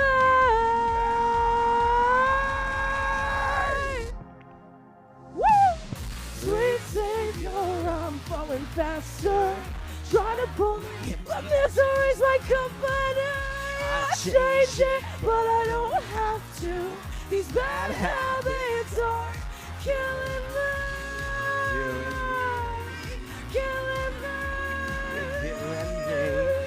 Killing me. These bad habits are killing me. Thank you. Good job. That was amazing. Yeah. How can people find you? I'm on all social media. Ashleigh Spencer Music. It's ASHLEIGH. Okay, great. Thank you so much for being on. And we're going to go to a video for all of our viewers, and stay tuned.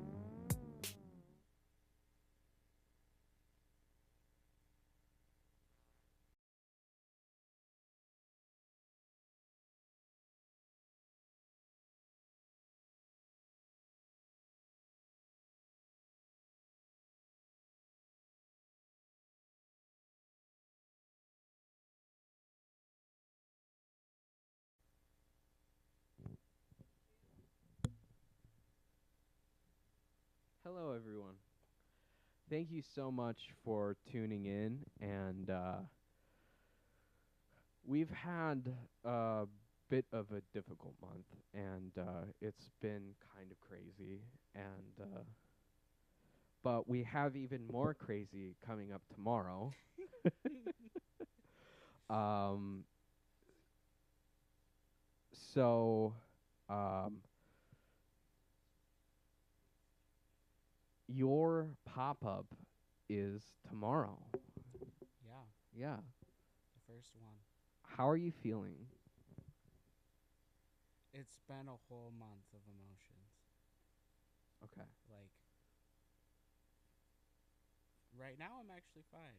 Yeah? Right now, I feel like I'm as relaxed as I have been. Okay. I feel like now I've talked to my co-pilot. Yeah. And we have an understanding of what's happening. Yeah. Cool. Yeah. All right. It is tomorrow, the Flipside Market. Tomorrow, Flipside Market, 12 to 5. Mm-hmm. Yeah. Yeah. Okay, cool. Yeah, it's been exhausting. It's been exhausting. This show has been amazing. I mean, Ashleigh Spencer being on, you know, that was a phenomenal time, and we got some great footage, and we got great live out of it, and yeah, we've still got so many more videos to show off tonight, and one of them is from a good friend, Kendall. She's a great musician, and her links are going to be in the bio of this video. And I filmed this one video with her, I don't know when, like a few months ago, probably. We filmed it a few months ago. Mississippi? Yes, it was. Studio? Yeah. Yeah. Sorry, I got. No, you're I good. got tickle in my lashes. Yeah. That was a good time. Yeah. You know, it's good. That was a good time. Yeah. So we're going to go to that video if we're all ready for it. Okay. So Lindsay, you're gonna go to 3.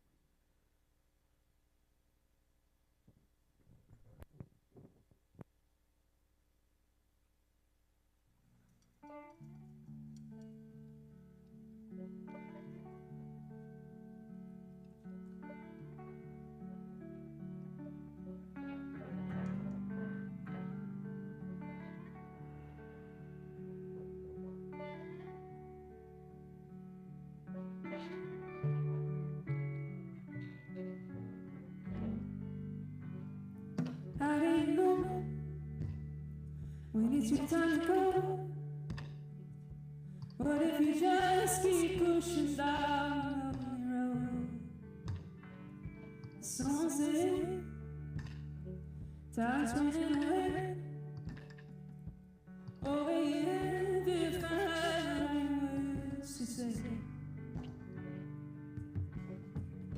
It takes a lot of goodbyes to get to forever. It takes a lot of goodbyes and goodbyes to get to forever.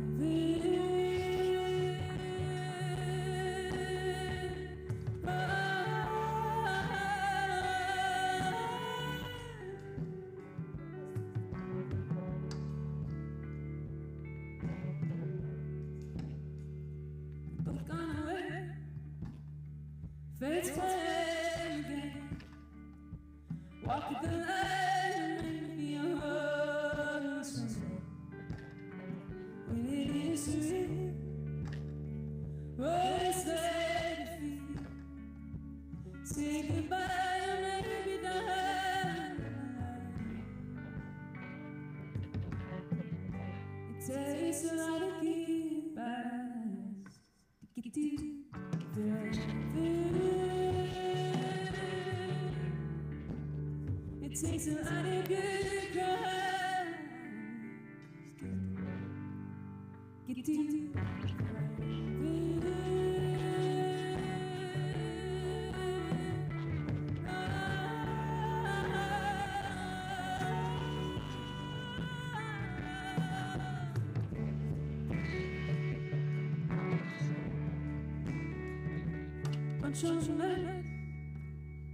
Yes, love is the fight.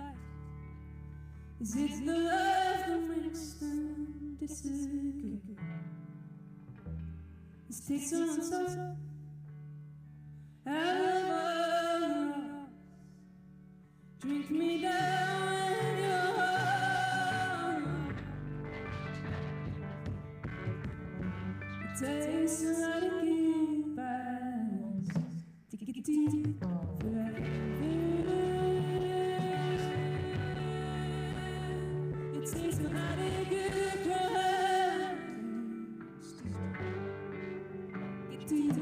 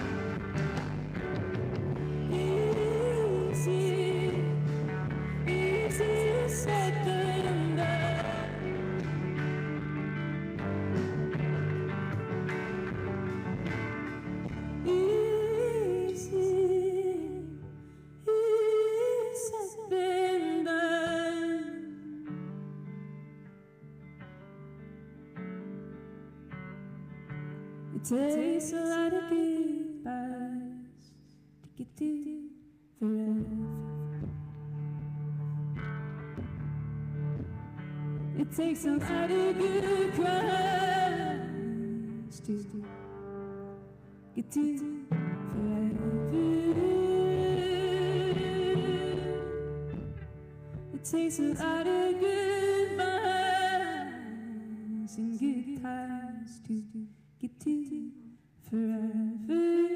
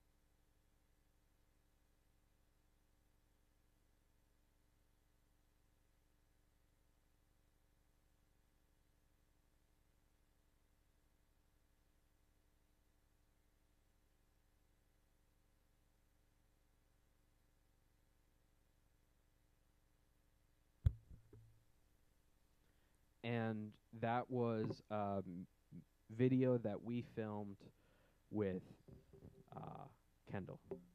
Amazing artist.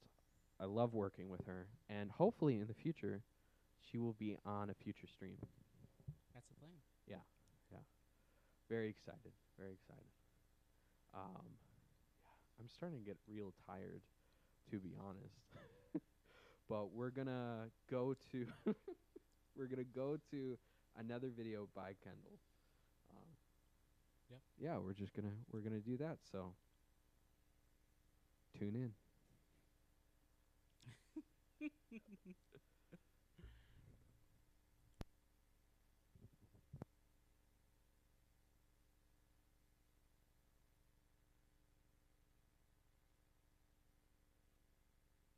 This next song is about my best friend Savannah. She might be here.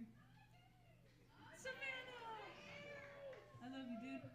I'm sorry to do this, but this song is about how I want you to be happy.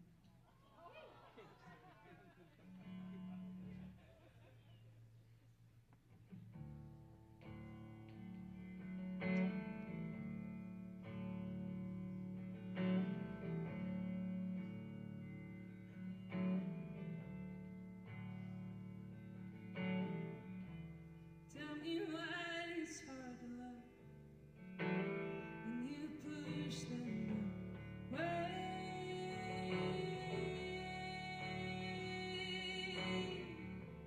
Tell me why you hurt yourself, then pretend it's okay.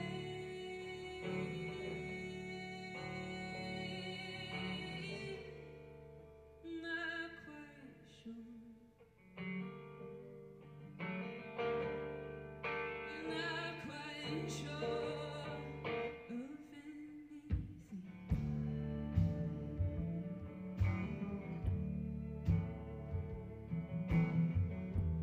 How can people push you down? You pretend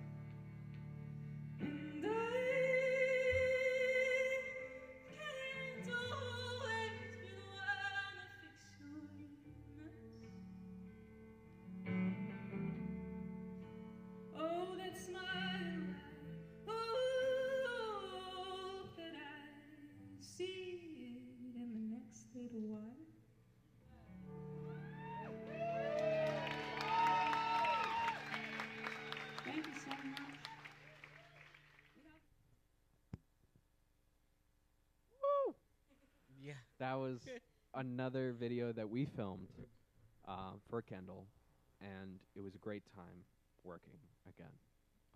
Was that the same place? Yeah, it was the same place. It was Cool. Mississippi Studios. Honestly, that was such a fun venue to be at. It was a little rough and tumble because we got there a little close to the time of the start, but that's okay. You know, like we got up, we did the video, and you know, it was a good time. It was a good time overall. Right. Right. I mean, Yeah. I don't feel like I want to say more. About Okay. that Yeah. It's because a good amount. There's a lot that happened. Yeah. With that whole video. Yeah. That was a fun night. Though. I met David. Yeah, David. I was really happy about Shout that. out to David if you're watching. And you know, Rebecca. and Rebecca. You know, thank you for you. You guys are supporters and great friends. Mhm. So, God, my mind's trailing a little bit. So we're just gonna go to another video by Kendall. It's a music video she just released, and it's an amazing music video. It's My Weird Birthday song. So we're gonna go to that.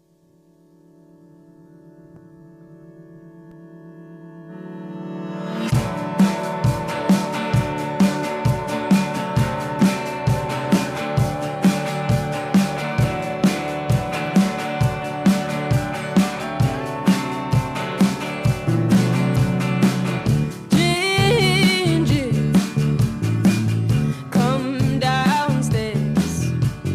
Everybody's waiting up for you, and you're acting like you don't care. Now that you hold it all, look at all you've done. It's a birthday party all for you, and I'm telling you to have fun.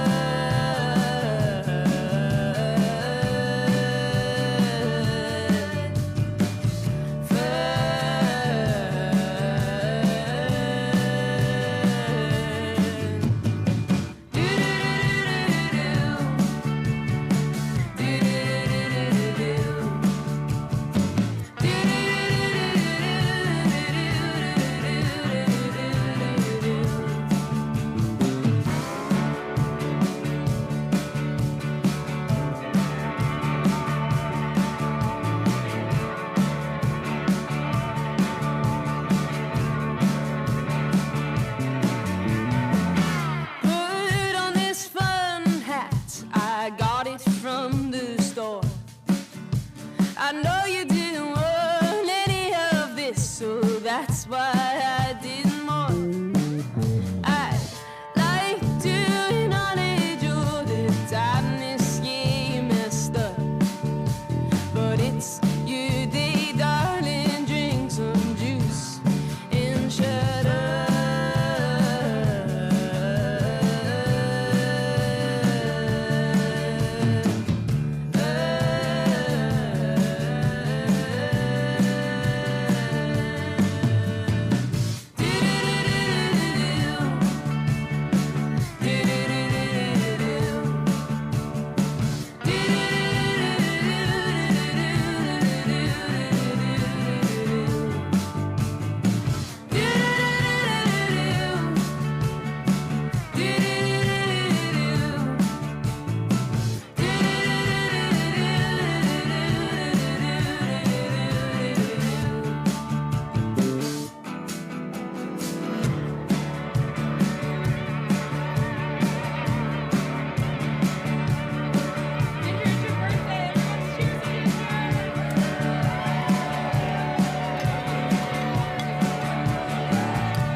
Ginger, come downstairs. I'll pack away the hat and maybe next year you'll care.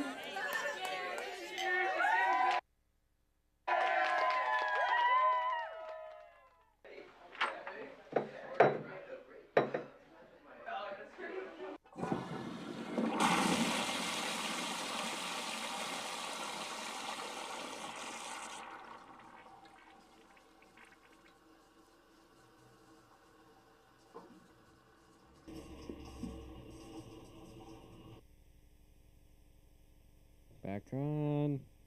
We're back on. That was the last video of the night. That was it. Now everything else is just a freebie for y'all. So you're getting a real treat. Just letting us be goofy up here.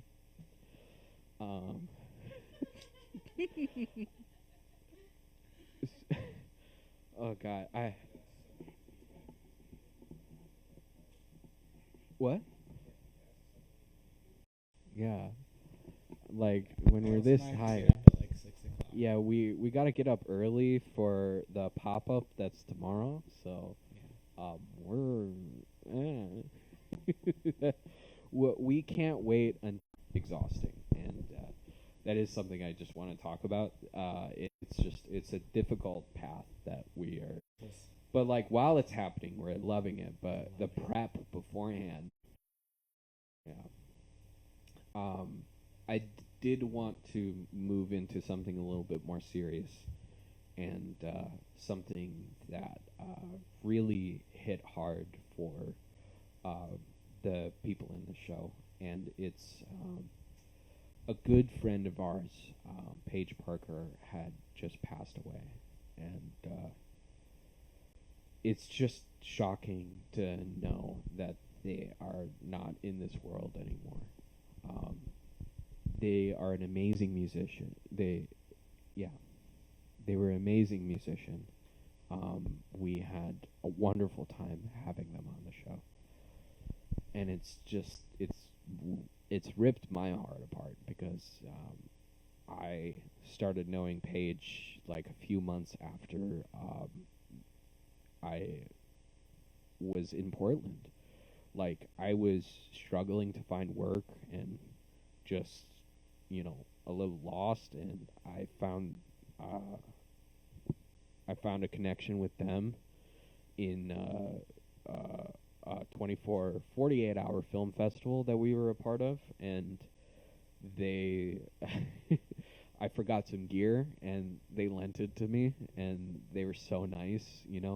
There's not many genuinely nice people that exist in the world, and Paige Parker was definitely one of them, and he will be and they will be missed. Yeah.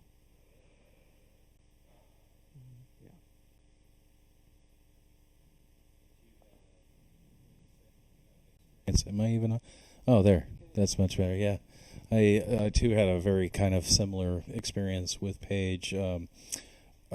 Somebody that had been really worn down by our community, but still had such an amazing personality that was so approachable by anybody. Like walk off the street and go, oh, that person is somebody that I can talk to. Yeah. And that will give me so much energy.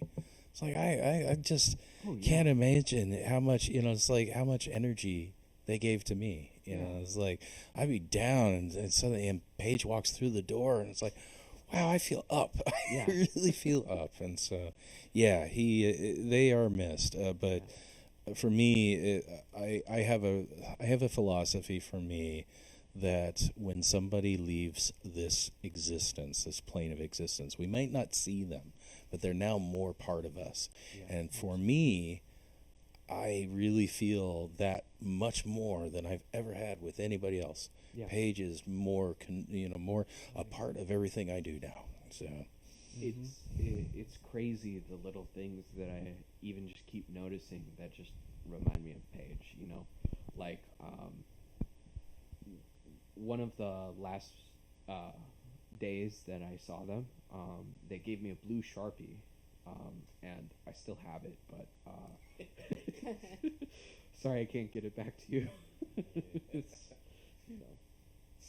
I think I'll keep it for now. But ever since then, I just keep seeing blue Sharpies. Like a waiter had a blue Sharpie on their collar. Like I saw one. It was in like a little pool of water. It was a blue Sharpie. It's just weird, like how how someone can just say, hello, good to see you, I'm still here, just be reminded that they're still there, So. I didn't know Paige, but just from what you said about Paige, I feel like I could know that person. I think it's really beautiful. I think, you're right. When people pass away, you start to see things that remind us of them, but it does seem like it's uncanny most of the time. Yeah. And that's really interesting. I do think people, they stick around, they change, their form changes. I do believe that. And finding them in the little things and keeping parts of them that we really admired about them, I think is a really beautiful way to honor someone. Yeah.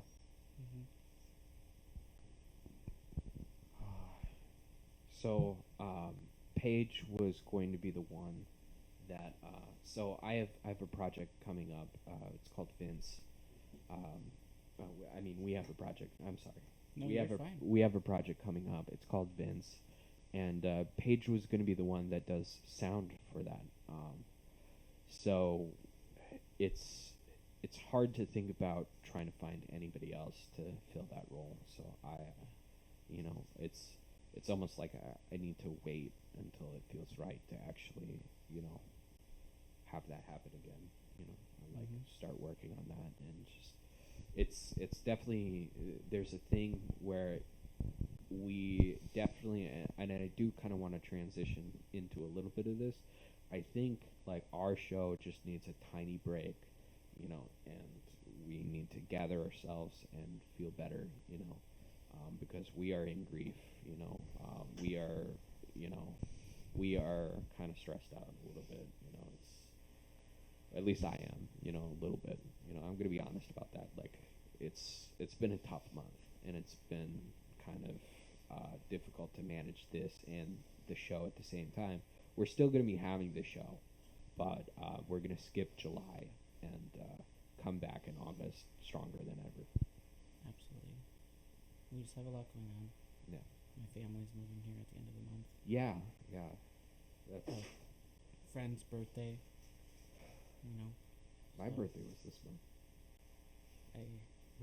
In the nicest way possible, I forget that sometimes. Yeah, I did too. This month is when, honestly, I mean, I even kind on of your forgot birthday, my birthday. we kind of were just like, oh yeah, it's your birthday. I mean, Go my Geminis. birthday. What? Go Geminis. Yeah. Are you guys Geminis? I'm a Gemini. Ah. When's your birthday? The 10th. Nice. I turned 50. Nice. All right. Woo.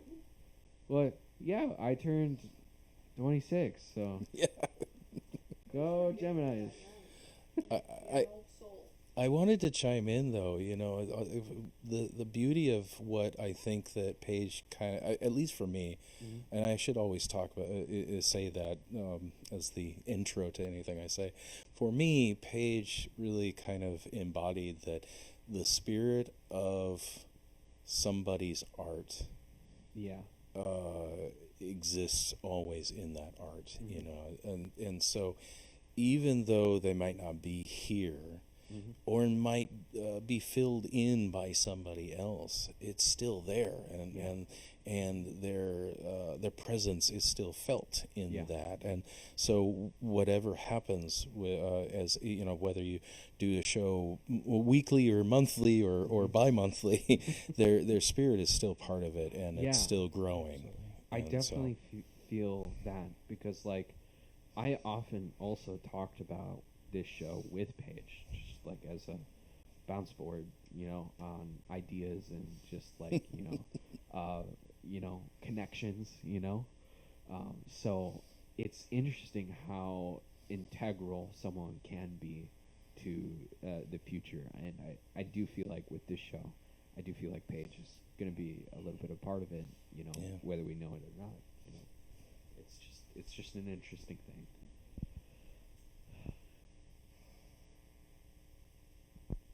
All right. I kind of feel like we should possibly all go to bed. Yeah. If anybody is watching left, I feel like I said that weird, but anyway, if anybody's watching, thank you so much for watching. I appreciate every second that you watched, and we are going to. So I know the documentary in this video didn't play visually for a part of it, so I am going to edit this and then I'm going to repost it. But it will be available for like a day or two in this version, so you can see our little goof up for like a day or two, and then I'll erase it from existence. No, I'll probably keep it, but like you know what I mean. I'll keep it for my inventory. I'll keep it for my inventory, but like I won't have it available for the world.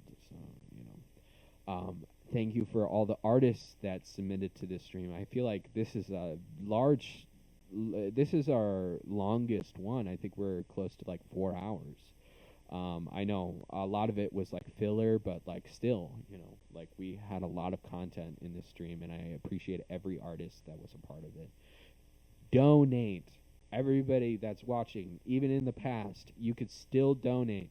Every dollar still goes to every artist that's a part of each one of these streams. So donate to these streams. And we're going to end it right there. So I'm going to go around and actually show how to end it, because I don't think oh, okay. We're going to go straight to the bumper, then I'm going to end it from there. So, cool. Good night.